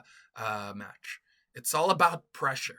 It's all about dumping as many cards as you can on the board. There are times where I do play Genie on 4, but there are times where if I have a Kowloon and another character, I play that instead. And then once you have the pressure on the board, you just want to make sure that if they do decide to quest, that you are gonna punish them. And if they're not questing, your characters are questing. But don't get too greedy with the Genie, because if you drop him too early, now you kind of down tempoed yourself in terms of board control, because Genie doesn't take out most of their characters. It can take out some of their characters, but not all of them. Now, Genie can add pressure into the clock. It can quest for 2, and it's evasive, and it's usually safe. But for the most part, you can accomplish that 2 lore anyways, as well as controlling the board by dropping 2 characters on turn 4. And again, ink the expensive cards early in the game, and then go wide, add pressure, and if you can get to the Elsa turn and they don't have Chromicon yet, perfect. If you can get to the Mona turn, it's basically GG for them. It's pretty. If you set up a good board and you get to turn 6 and they're still on the setup process, you basically have won if you play the Mona. And it doesn't matter if they draw 3 cards. Usually we don't want to give them draws, right? But it doesn't matter for Demona. Why? Because Demona exerts everyone. And you're just going to take out all their board. Now you have like 5 characters on the board when all they have is close to none. Because you just wiped out everything. During the road to Demona, if by any chance you get to draw a removal and they still don't have any Kowloons, or they don't have any Chromicons on the board, you also pretty much basically have won. If you top deck any of these 2 cards at the right time, it's pretty much GG for them. It's an easy matchup, in my opinion, if you know what you're doing. It only gets hard if you have no clue or have no plans at all, if you don't understand the matchup. But now you do. Exert that Kowloon when it goes down. Don't let it sit there. I've seen this mistake happen so many times. So be sure to keep that in mind. Give them a clock, right? Because they're giving you a clock. They're saying, I'm going to set up a board. If I get to tramp, you're screwed. Don't let them get to tramp. Slow them down as much as you can. Take out as many characters as you can, if possible. Take out as many of them, because you don't want tramp to be as cheap as it can be. You want tramp to be as expensive as it can be, and less cards to draw, because less ways to dig for the proper answer. All right. So the next mashup that we are going to be talking about. Give me 1 second, because I have the image here. The next matchup that we're gonna be talking about is Amber Steel. So Amber Steel aggro is not everywhere at the moment, which is fine.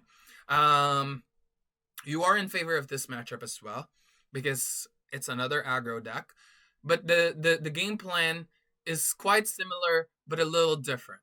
So what are the cards that's important for set 10 that they added that most Amber Steel players have added? So Mowgli is one of them that's very important, and also the three cost, I believe it's Raja, the 3/4 bodyguard, which is not a big deal because you have so many big characters now. I usually nowadays won't even keep a song like Strength of the Raging Fire in the matchup. I mean, you can if you want, because if they don't have Mowgli, the payoff is really, really big. If they do have Mowgli, it kind of hurts, but that's totally fine. In this matchup, I don't keep any of my 4 drops or 5 drops at all. It's the same exact game plan. You find the 1 cost, the 2 cost, and the 3 cost characters against them. Calhoun is MVP in this matchup as well. Calhoun is just really, really amazing. He hurled his Thunderbolt is also an amazing card because now this makes Ember Steel even weaker, especially if you draw it at the right time. Sometimes, if I find these 2 cards early game, I don't care if they have Mowgli. Because if they Mowgli, I would just get rid of one of them and keep whatever I think is best for the current board state. The important part to know about Amber Steel is their biggest threat is Tiana. So you need to find ways to efficiently take out Tiana. And you have a lot of ways to take out Tiana now. You have you have Lexington that keeps Tiana in check. You have Demona, you have Mayor Winddancer, and most of all, you have he hurled this Thunderbolt. There are times on turn 4 where we play 1, 2, 3, and on turn 4, if their characters are already exerted because they're playing feeling confident with Tiana, I just zap that Tiana, send her to the Nether Realm. So zap the Tiana, and then the rest can take out pretty much all the characters on the board. So in this matchup, it's important to be able to control the board. You don't have the same timer that the dogs provide in the game. So the dogs, you're preventing to be so behind against Tramp. Sorry, my English is running out. Tramp gives you that ultra megatonic timer that if you don't do anything about it, you're gonna lose. With Ember Steel, they don't have that timer, so there are times where you don't have to exert and race. It's important to make sure that if they exert, you have threats on the board. So I actually like playing Captain Hook in this matchup. So I play Captain Hook into Calhoun, into Lexington. Lexington is just safe. Again, even if Lexington doesn't ready, that's fine. You just want a solid 3-cost singer that can also one-shot Tiana. Because at turn 4, if you don't have the Thunderbolt or Strength of the Raging Fire, you can always just pay 3 ink and play 1-cost character, and not because you paid 3, Lexington can take out the Tiana. That's what you want to do with your opening line, and then from there, there's so many plays. You can either power play to keep pressure on the board, so you have questers every turn, or you can play the curve of 1, 2, 3, 4, 5, 6, which is totally fine as well. Cheshire Cat is one of the best cards in this matchup because it can take out the enemy Kaloon, it can take out the enemy Nala, and also it can damage the Rhino, and now you can take out Rhino with one of your baby characters. That's pretty much it. in this matchup. Bell is also amazing in this matchup because you can take out something with one of your healthy characters, and now Bell can transfer the damage. There are many ways to win this matchup. We are heavily in favor now of this match. You just have to make sure that they don't get away with so much lore. You have to match how wide they go. You have to find the Kaloons because Kaloon allows you to control the board, and at the same time race them. And yeah, that's basically it with Amber Steel Aggro. The thing is, Amber Steel Aggro is not really good in the meta at the moment, so you most likely won't find anyone in a big tournament if you are using this. But for the most part, we still have to be prepared because there are some dedicated Amber Steel Aggro players there, and you need to know exactly what to do against them if you get paired against them. All right, so now we're gonna go into our mid-range matchups. We have two mid-range decks in the format at the moment that are being played a lot, and this is Purple Steel, which is our mirror, and we have Ruby Amethyst. Now we're gonna go into Purple Steel first because Purple Steel is everywhere. It's an S tier deck at the moment. It's very strong. In the mirror, what we need to understand is what is our deck and what is their deck. And then you need to pay attention to what they're inking and what they're playing. Because just by looking at that, you will be able to place their deck somewhere in the chart that I made. The speed of the deck is very important. Knowing what types of cards that they play, right? This list shines against the Purple Steel mirror because we have better high-end cards in general. We're running Mayor Wind Dancer, was just super big in the Purple Steel mirror. Again, I mentioned this earlier, I think. I'm recording this in a different day because it has a lot of information and it's long. I don't know if I mentioned before that Mayor Wind Dancer won me my match on the draw in the top cut of DLC Singapore against Federico Mikochi, who is the DLC champion for Birmingham, because it's just so big. The moment it goes down, my opponent always goes like, that's big, in a Purple Steel mirror. And cards like this wins the Purple Steel mirror. Not to mention, I threw in a one-off Bell because it's such a great element of it has a great element of surprise at the moment. People don't expect Bell anymore. And Bell can easily punish your opponent. It can take out Dumbos. It can take out most of the stuff or help take out most of the stuff in general. Demona, Mayor Wind Dancer, Bell, and also the extra Demona because most people are either on 2 or 3 of these, and those cards allows you to be able to control the board in general. Not to mention we have a one of Royal Guard, which also help in this matchup. Again, understanding what your deck does is very important, and understanding your role in this matchup is very important. If you are on the play, you are the aggro deck. It's still a mid-range mirror, but you have the wheel right away, right? You're in the driver's seat. So you are setting up the pace of the game, and they need to somewhat match that or have an answer to that. You are the proactive deck, and they are the reactive deck. If you are on the play, Palace Guard is amazing. Palace Guard allows you to keep questing, allows you to keep gaining lore every turn to make sure you get a head start on the lore, and also it forces your opponent to eventually answer it if it's getting away with too much lore. Now, if you are on the draw, I would play Captain Hook. In this matchup, Calhoun is amazing because Calhoun will have a weakness. I know I keep preaching about Calhoun, but in this matchup, Calhoun is amazing because she can control the board as well as race. You want to get these little advantage. Poke some lore here and there. 1 lore this turn, 2 lore this turn, 1 lore next turn, 3 lore next turn after that.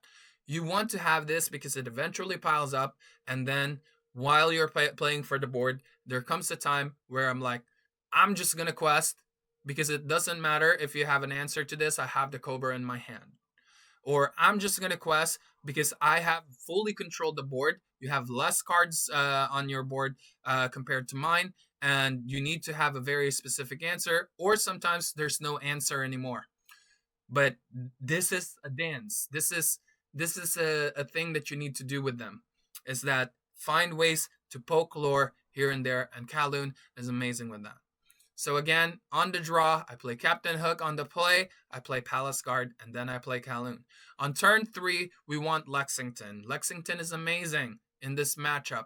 Now, Lexington doesn't ready, but Lexington is a babysitter, right? It checks the genie, especially if you are on the play. It checks the genie. It checks a lot of stuff in general, and it's a big, healthy character in general that you can sing with Lexington to take out the opponent's Lexington on turn 4 if you were on the play, or you can sing with this later on if it ends up surviving. The thing that we need to understand in this matchup is the 1, 2, 3, 4 strength. That's like the perfect line in this matchup. Getting a 1, 2, 3, 4, and then your opponent strengths you is huge. There are ways to play around this, and this is why I ran cards like this. Because if they do take out one of my characters, I now have a character that has a 2-for-1 value. They need to spend most of the time 2 cards to take out something like Mayor Wind Dancer or Demona in general. Which means that after they strength you on 4, the following turn, the Elsa is not very cash money. This is how you slowly but surely catch up against a perfect opening line from Purple Steel. Cards like Mayor Wind Dancer helps you win the game and changes the way the game is played. Because if you don't have Mayor Wind Dancer or Demona, what's going to end up happening, it's going to be 1, 2, 3, 4 Genie, or 1, 2, 3, 4 Iago, or sometimes 1, 2, 3, 4 Elephant. But the Elephant is not the biggest deal in my opinion. 3 strength for a 4 cost that's trying to control the board is no longer that big of a threat, but it's still a threat in general because it's huge. It's still really good in the matchup. But the thing about that is they're also they're also down tempoing their board when they do that. So it's not the best 4 drop for me in my opinion. The bounce effect is better later in the game for like cards like Doc or Cheshire Cat. But Demona and Mayor Wind Dancer can change that. Because if you just play Elephant on turn 4, if they exert it, there are many ways to survive that now. Because they have Lexington that can take it out alongside with another character. But they have to have 7 or 6 characters if they want to sing Strength of the Raging Fire against your Demona or Mayor Wind Dancer. These 2 cards is what changes the perfect opening for Purple Steel, and then from there, you have to figure out how to keep dancing with your opponent. So, the main stuff that I keep in mind in this matchup is that this matchup is a tempo war. The tempo, fight for the control for the board. You gotta build some momentum of some sort. Sometimes it's hard. Sometimes it's easy if your opponent is drawing bad and you're drawing well. But if both players have drawn well, it all comes down to deck building. And again, you have these 2 cards to save you in those perfect line matchups. But another thing that I want you to understand is the resource war that is attached to this. The resource war is attached to most matchups in general. Against aggro, it doesn't apply too much, right? Because card advantage against aggro is not that big of a deal. It does help, don't get me wrong, but for the most part, it's not as useful in a mid-range compared to how you use it in a mid-range matchup.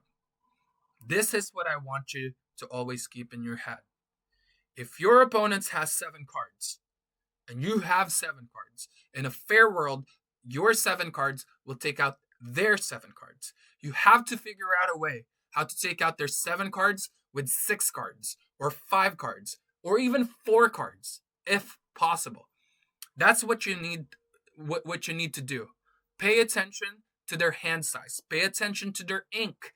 What are their possible lines? Once mid or late game has started. Always pay attention. There are times where it all comes down to who drew the most cards. So if you're not paying attention to that, you are not going to be able to take the most optimal line possible, because there are turns for drawing and there are turns for controlling the board. My advice is prioritize the control of the board in general. There are times where we play Genie and you just get the draw anyways. Prioritize controlling the board, especially with a card like this who basically changed the game. Before, there's a lot of like thoughts that you need to put into your place in terms of resource management, right? We sometimes stop at 5 ink. The Mona says you can keep inking and you can keep playing the game because I changed the rules now. So dump your hand as best as you can from 1 to 5 and not care about resources at all, because you know for sure at 6, if you have a good board, you can just ink, play the Mona, and control the board. And again, think of the Mona as like this. If you have an empty hand and your opponent has an empty hand and they draw 3, you draw 3. If you were able to control the board and get a +2, +3, or sometimes even +4, or even sometimes just +1 on the board. Obviously, we want more than just +1. Because you exerted everything and you got value trades. You don't only count the hand size. You don't only count their cards in their hand and your cards in your hand. You also have to count the cards on the board. So if they have 3 cards on the board and you have 6 cards on the board left and you have 3 in your hand, that's 9 for you and that's 6 for them, right? 7 on the start of their turn, which means you are still up by 2 cards. These little +1s and +2s are very, very important. This is one of the skill that I use in this new Lorcana. It's like chess. Getting a pawn is only a +1, but eventually it will stack up and you will see that you have better control of the board and you just have better advantage because now you have more resources to spend. You have stacked so much pluses that the next thing you know, after like 5-6 turns, you were at like +8, +10. This type of stuff can be acquired. This type of pluses can be acquired, number one, with value trading.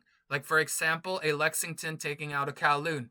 That's making the Lexington 1 for 2 because you took out a card and now they have to spend another resource to take out your card. Whether they get a value trade against Lexington and equalizes the value that you got from Lexington, or they do an actual trade with the Lexington, which means Lexington 2 for 1.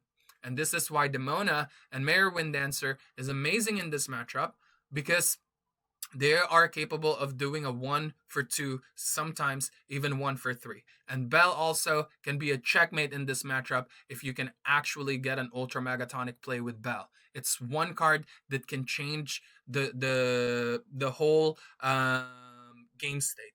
Because Bell is not just a 2 for 1. I think of her as a 2.5. Because if your character takes out one character, so that character gets value already, and now Bell heals that, and then you get another character, right? That you can take out. She also healed this, which means this card goes up to goes back to their full HP most of the time, and now they have to spend another 2 cards to take that out. I call her 2.5 because it's easier to call her that, but really she's around like 3, sometimes 3.5, because they also have to spend a resource to take out your Bell, right? Sometimes 2. And that's basically it with their matchup, with this matchup. It's very obvious when they're going to play strength, or when the strength is going to be played with the opening hand, or the opening part of the game in general, it all comes down to, again, control of the board and resource war towards the end. There's many ways to play it. There's so many type of stuff that goes on from there. Don't be discouraged if they have the full opening with the strength of the raging fire. There are ways to come back. In this matchup, it's not over until it's over. There's so many times I came back from a really really bad situation because I'm just trying to stabilize stuff, and then it comes down to, okay, now you are ahead by 12 lore, and we have an equal board, but you don't have a good top deck, or the next cards that you draw doesn't draw you any more cards, but my cards are drawing. So slowly but surely, I will catch up on the board, and then yeah, and like what I said, tempo war and resource war. Keep that in mind, and all the other tips that I told you to remind yourself in this matchup. Now the next one. Not sponsored by Monster. I just gotta say, I just had to drink really quick. The next matchup that we're gonna talk about is Ruby Amethyst. So Ruby Amethyst is almost like Purple Steel in terms of gameplay, but it has a faster curve because of Diablo. It has cards that can quest for 2, and also they have a pretty good turn 1 play, which is Tinkerbell. But they also have the purple shell that you do. So you basically take out these steel cards and replace them with ruby cards. So that means that they get extra removal or extra strength in terms of controlling the board. Um, but they don't have the songs that you do, which you can leverage to your advantage. So the cards that is very important to look out for against Ruby Amethyst, to me, the cards that are very important is the Hercules on 4 and the Headless Horseman on 5. Those are the cards that I play around against. But for the most part, because they are a fast mid-range deck, and you are more on the mid-range to starting to climb up and get close to mid-range control, you are in favor of the matchup. We tested it a bunch. There are times where it's close, but Purple Steel just comes to the top most of the time, at least. I've not have a problem with this. The matchup is similar. Every tips that I gave you on the Purple Steel matchup applies to this, and the only thing that changes are the cards that you have to play around with, which is what's his name, Headless Horseman and Hercules. They also have the Sisu on 3. This is why I said that they are much faster than you, because they have this curve of like they drop a 3-1 on turn 1, they drop a Diablo, and they drop a Sisu. And the Sisu and the Diablo can keep questing and questing and questing and questing. So what you need to do is drop cards that can control the board properly. That means that you have to play Captain Hook or Palace Guard. Palace Guard allows you to take out that Tinkerbell, and it allows you to apply Reckless to an opponent. Because if the Palace Guard takes out the Tinkerbell, they would want to exert and take out the Palace Guard. Now, if they don't, you now have damage on Palace Guard, which means the Cheshire Cat can make use of that. But most of the time, if you drop the Palace Guard anyways, the Tinkerbell actually doesn't exert, and it just sits there and wait for a value trade. But the Diablo, we can't ignore. We have to take that out because it's a 2-quester, and also the Sisu. The beauty of our deck against their deck is the Sisu is not always big, because our game plan is to vomit our hand in the board. We want to flood the board with as many characters as we can. And also, not to mention, we have Mayor Wind Dancer and Demona that can just wreck any characters that they drop.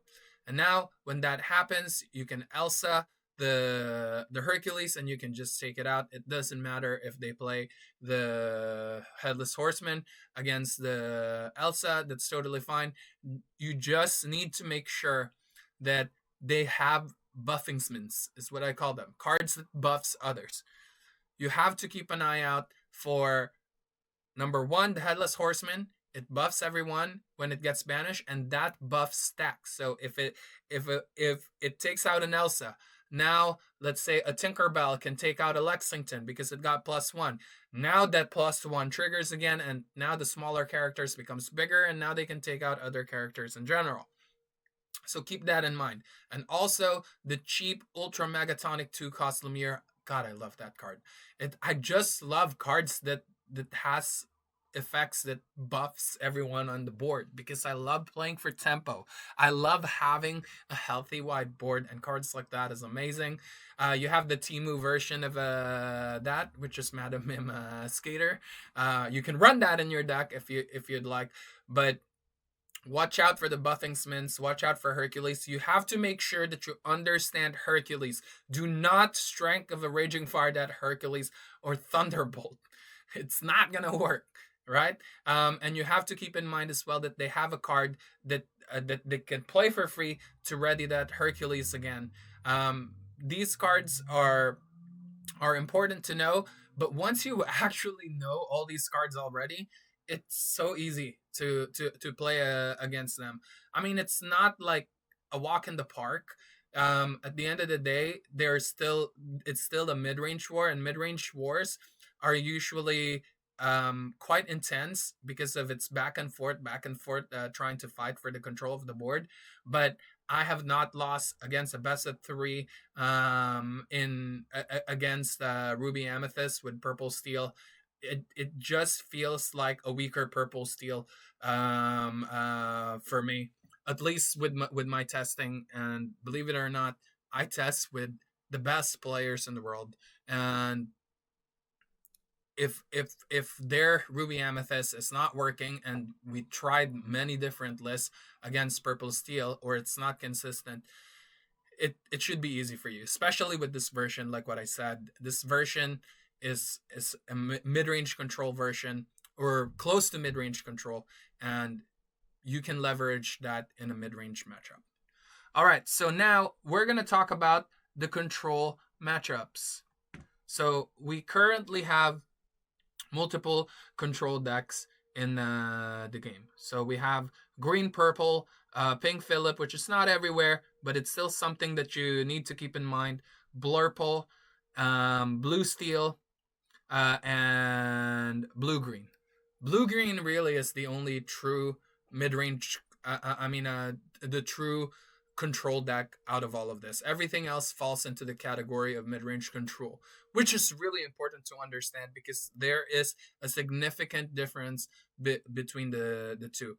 One plays for the late game, and the other one plays for the late game, but also have qualities of mid-range where they can play good cards starting in mid-game. So we're going to start with green-purple. Green-purple is no different from blue-green in terms of the end game. The only difference is that they have the same exact purple shell that you do. They don't have ramps, so they don't get to the late game much easier. So their lines, their opening lines is not as strong as yours because of your steel cards. Steel cards are just amazing in the early mid or early game. You have the Kowloon, Lexington, and Mayor Wind Dancer. You have to make sure that you slow them down as best as you could, and you cannot let Clarabelle shift. You cannot let that card shift. So that means you need to find ways to take out their Clarabelles on their opening lines. They're gonna try to flood that board with a bunch of Clarabelles because they wanna shift the Clarabelle. So keep that in mind when you're playing against them. It can be a very tough matchup. There's a way for you to beat them, and because it's Pink Philip combo, they have to find that in order to do an Ultra Megatonic combo or play against you in the late game. But even if we take out the Pink Philip, the rest of the cards are just really, really good to buy time to get to that point for them because they're running the same purple cards as you, plus Clarabelle. And Clarabelle is just nasty. But thanks to our game plan, we are able to vomit cards on the board. So in this matchup, you are the aggro deck and they are the control deck. And that's very important to understand. But at the same time, they have a good mid range aspect that can somewhat match your mid range aspect. So you need to go fast as best as you could. You need to apply pressure. You have to quest, because the moment you slow down, they will slow down as well and take their time to buy time for the late game. You need to dump cards on the board, strength their characters, prevent that Clara from shifting as best as you could. That is the highest value card that they have. There are times where you have to Thunderbolt a baby Clara compared to Thunderbolting their Genie if they're running Genie or if they're playing Dumbo. You have to take out these cards. You have to prevent that 5 cost ship. I know I keep repeating myself, but it's very important because the more we hear this, the easier for us to remember it. The lines that I use in this matchup are quite similar to a mid-range match. And the reason why, but I try to go as fast as I can at the same time. The reason why I do that is because they are much slower in terms of getting to the late game. They can't fast forward their late game because they don't have blue. They do have Webby though, so keep an eye out on Webby and make sure that that Webby is gonna get punished if they decide to ramp once. So their ramp doesn't come right away. It doesn't happen right away because it starts at turn 3 when they can actually trigger the Webby effect. So what we need to do is play a solid line of 1, 2, 3, 4, and then strength, and then 5 Elsa, and possibly sing Heraldus Thunderbolt, and then quest as much as you can. You cannot prolong this game too much. The longer the game goes, the lower the chances of you winning. And also, make sure to go super wide. You have to remember, there are ways to see when the combo is coming. Number 1, if they have 12 inks, they can hardcast Mean, Malicious, and Scary, and they can do the Ping Philip combo with Prince Philip at 9, with the 9 left. Number 2, if they have a Singer and then they have 9 ink, then they can Prince Philip combo you because Sing, Mean, Malicious, and Scary, and then Prince Philip. The other one, the earliest that combo can come down is at 6, and that is the 3 cost Philip, Sing, Malicious, Mean, and Scary, and pay 6 to shift it, and they can board wipe you. So you can actually see the board wipe coming, right? You can see whenever they can trigger that the next turn, and also pay attention to their hand size, because even if you are there already, you have to remember that this combo requires 2 cards. So make sure you're paying attention to that. Pay attention to their ink, and you will be able to see this coming. Which means that if you see it coming, you don't overextend. It's the same way we play around Be Prepared. Olaf is one of your best friends in this matchup, because if you do want to overextend, you can always play Olaf. If you know that like in 2-3 turns they're going to be doing this, you can play Olaf, and now you have insurance on the board, and now you can bounce back something if they play Malicious, Mean, and Scary against you, and then replay that card later on. Because it's going to go to the discard anyways, you might as well bounce it back to your hand and just replay it. And that's about it with them. Again, compared to blue-green, this deck has a pretty good mid-range aspect that you need to look out for. The next one is Blarple. So this used to be one of our worst matchup. It's still not the best matchup for us, but it's very winnable now compared to last set. The matchup became better for us, and this is because of cards like Demona, and we just got more draws in general, because we get outdrawn by them comes late game, and they also have value cards.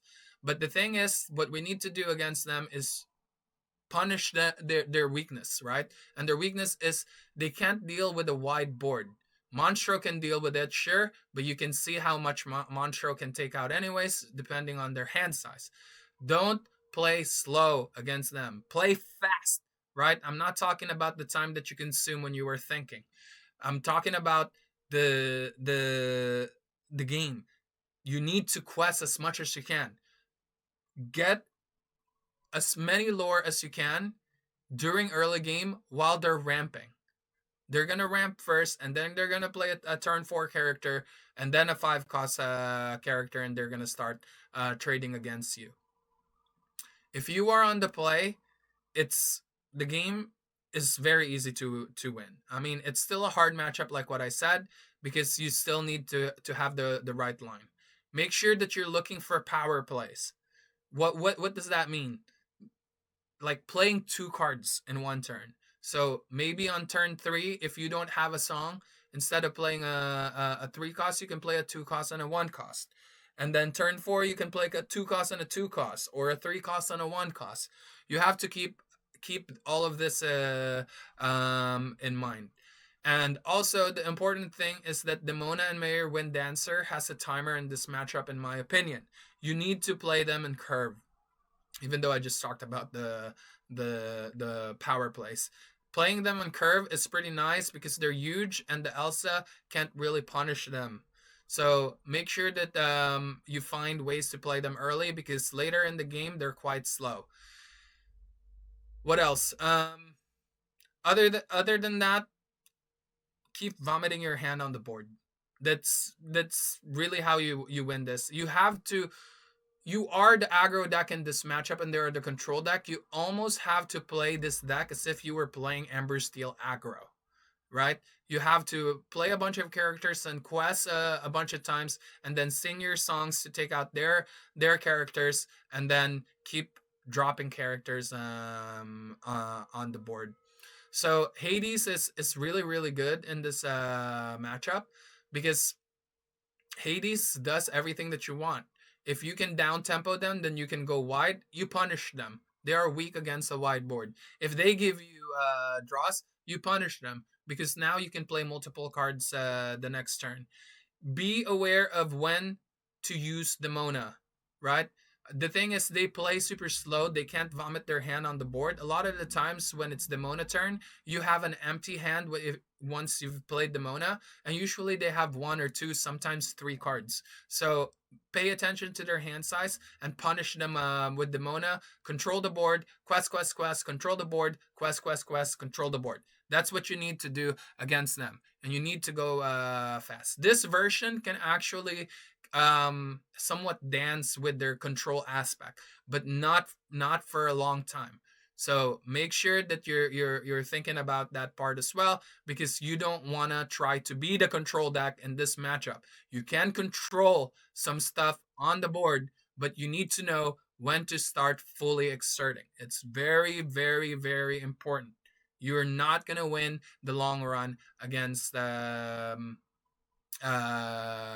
Blurple, because Blurple just has a better high end cards than you, and they have a better end game. So keep that in mind. The next thing that I want to talk about is Blue Steel Midrange Control. So Blue Steel Midrange Control has won a CCQ, and there is a big cult following for this deck. Unfortunately for you, in my opinion, this is probably one of your worst matchups in the game, if they can actually draw the cards that they need. The thing about them is they're just so big, so thick, and Steel suffers against big characters in general. It's really hard for you to take out Vincenzo Santorini, and then they also have Hades, and most of all, they play a lockdown on your board, which is Tinkerbell.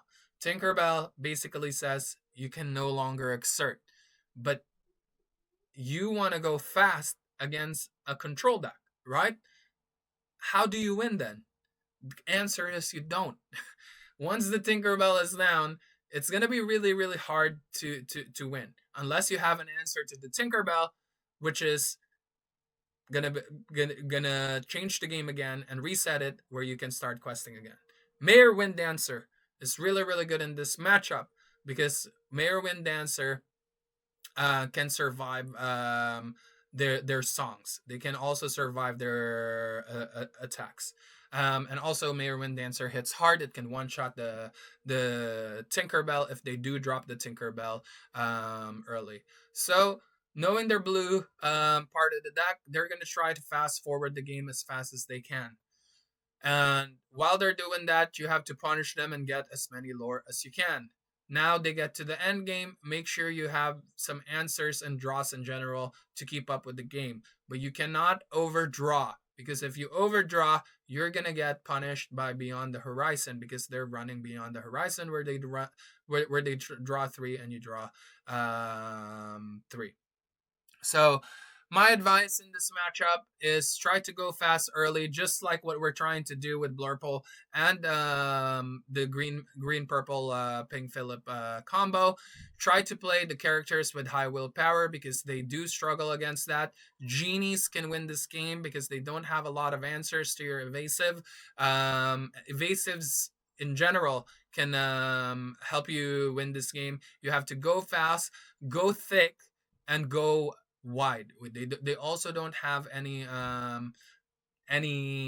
what do you call this? Any board wipes. Last thing that we're gonna talk about is the blue green pink Philip control. This matchup, I have so many students that struggles with this matchup, because the thing is, it's the only control deck, true control deck in the current format. Everything else is a mid-range control, and when they play against mid-range control, they have a very specific line, right? Because you can't go all out fast. Eventually, the mid-range control deck will use their mid-range aspect to keep up with what you're doing. But against a true control deck, this is the definition of slow. They are very, very slow. They try to find a way to ramp as fast as they can and fast forward the game. And while they're doing that, you need to punish them. You need to quest as much as you can while they're doing this. Go wide. Quest for 10 million before they get a lot of ink. So blue green is one of the strongest deck in the format if they can draw perfectly. But the thing is, it's so inconsistent because the deck is asking for so many things. Number one, it's asking for combo pieces in order to be ultra megatonic. Number two, it's also asking for ramp. There are games where they find ramp and they can't find the combo pieces. There are games where they find the combo pieces and they can't find ramp. They have to find both to be ultra megatonic. And if you face against them, we don't just rely on them being unlucky and being inconsistent, of course. How do we actually play against this? The answer is we play against this deck exactly how we used to play against blue-red control. And how is that? You need to have a bunch of 1-cost, 2-cost characters. And some 3-cost as well, of course. You need to go as wide as you can, and you don't draw until it's the only thing that you have left. For most of the time. There are times where you play Genie on 4, sure. But most of the time, I try to vomit at my hand as fast as I can and create a wide board where I can gain as many lore as I can. Because they don't have a lot of answers to everything that you do in the beginning. They don't have any good bodies until they actually get to 6, 7, and more ink in general. That is the thing that we need to keep in mind when we are against them. Try to play 1-cost on turn 1. Try to play 2 1-cost on turn 2. Turn 3, try to play a 2-cost and a 1-cost if you can. That's the type of lines that you are looking for against this deck. So keep that in mind. Go fast. Gain as many lore as you can. You want to be in the Cobra range. That's basically the thing that you need to do. And also, you have 2 Olafs in this list, which can counter the green part of the deck, and you can bounce back either a Doc or a Giant Cobra and all of that. Be aware on when to use the Mona. So keep that in mind. If you use the Mona, make sure that they can't combo you. And you can actually like benefit from controlling the board because you get a lot of lore the next turn. You have to keep all of these things in mind when you're playing against them. You don't want to give them draw. Always try to take out their draw engines. They have two draw engines in this deck. One is Clarabelle, the other one is Donald Duck. Those are very, very important targets for you to take out. You don't want them to keep playing the game. Their draws sucks. If they don't have those two cards, they don't get to play the game. So prevent them from playing the game. And you also need to play around Clarabelle and Bend to My Will. Not just the combo. Not just the combo with Pink Phillip. These two cards are very essential. If you are going into the Bend to My Will turn, make sure that they don't have a board and that you have a big board that if they play Bend to My Will, they down tempo themselves. You punish them by gaining 10 million lore on the board. Gain as many lore as you can. Them spending 7 when they get into 7 ink means that they're not establishing the board. So try to get away with as many lore as you can, even if you discard your hand. And it's okay to discard your hand because you have a lot of draw cards anyways in this match.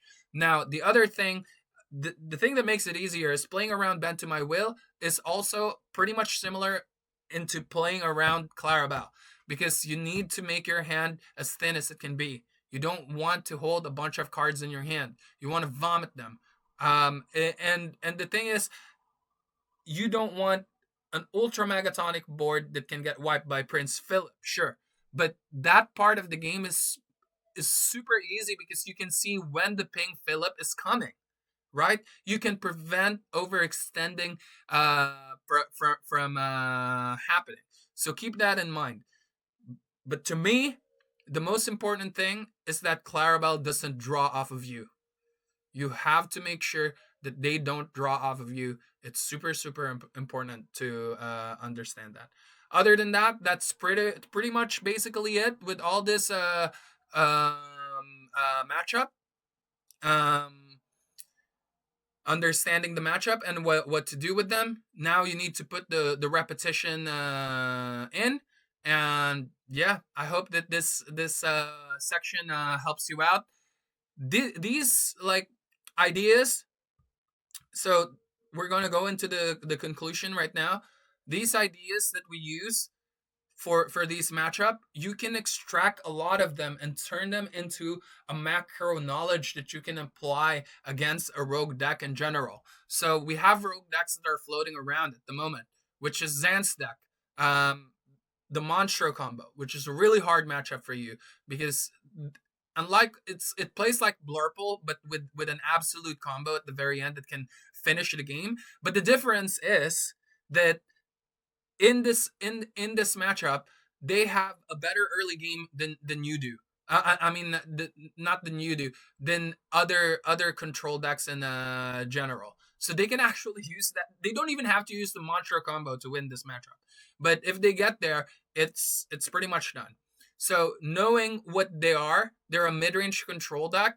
You have to use the exact elements and ideas that you use if you were playing against um Blurple or Blue Steel or Green Purple. You can use like the game plan that we use for that and the idea and apply that on another mid-range control deck. So it's really important. If you find an aggro deck, you can extract everything that we talked about with the two meta decks, with the two aggro meta decks that we use, and use that. I call that macro knowledge. And then what we just talk about is the micro knowledge because we know now what we need to do play to play and like the openings and the mulligans and those type of stuff. You need to understand the battle of the archetype. I have a guide that dives deep into that, but if you don't want to pay for that, you also have the video online in YouTube, which is free, which should be enough to get you started in understanding the idea behind the battle of the archetypes.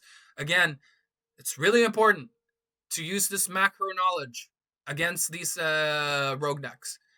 I played against a red purple aggro burn deck in DLC Singapore.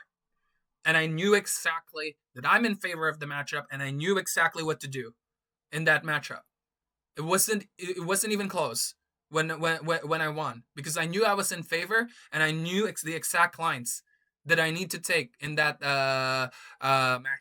And you know why I know? Because I have that macro knowledge of what I need to do against an aggro deck, and I know how to identify how fast is this aggro deck compared to the other aggro decks that I play, and how much room do I have, and what cards I should be playing, what lines I should be playing. It's really, really important. For the most part, Purple Steel is one of those decks that requires a lot of time investment and repetition. You need to put in the repetition if you want to do good with this deck.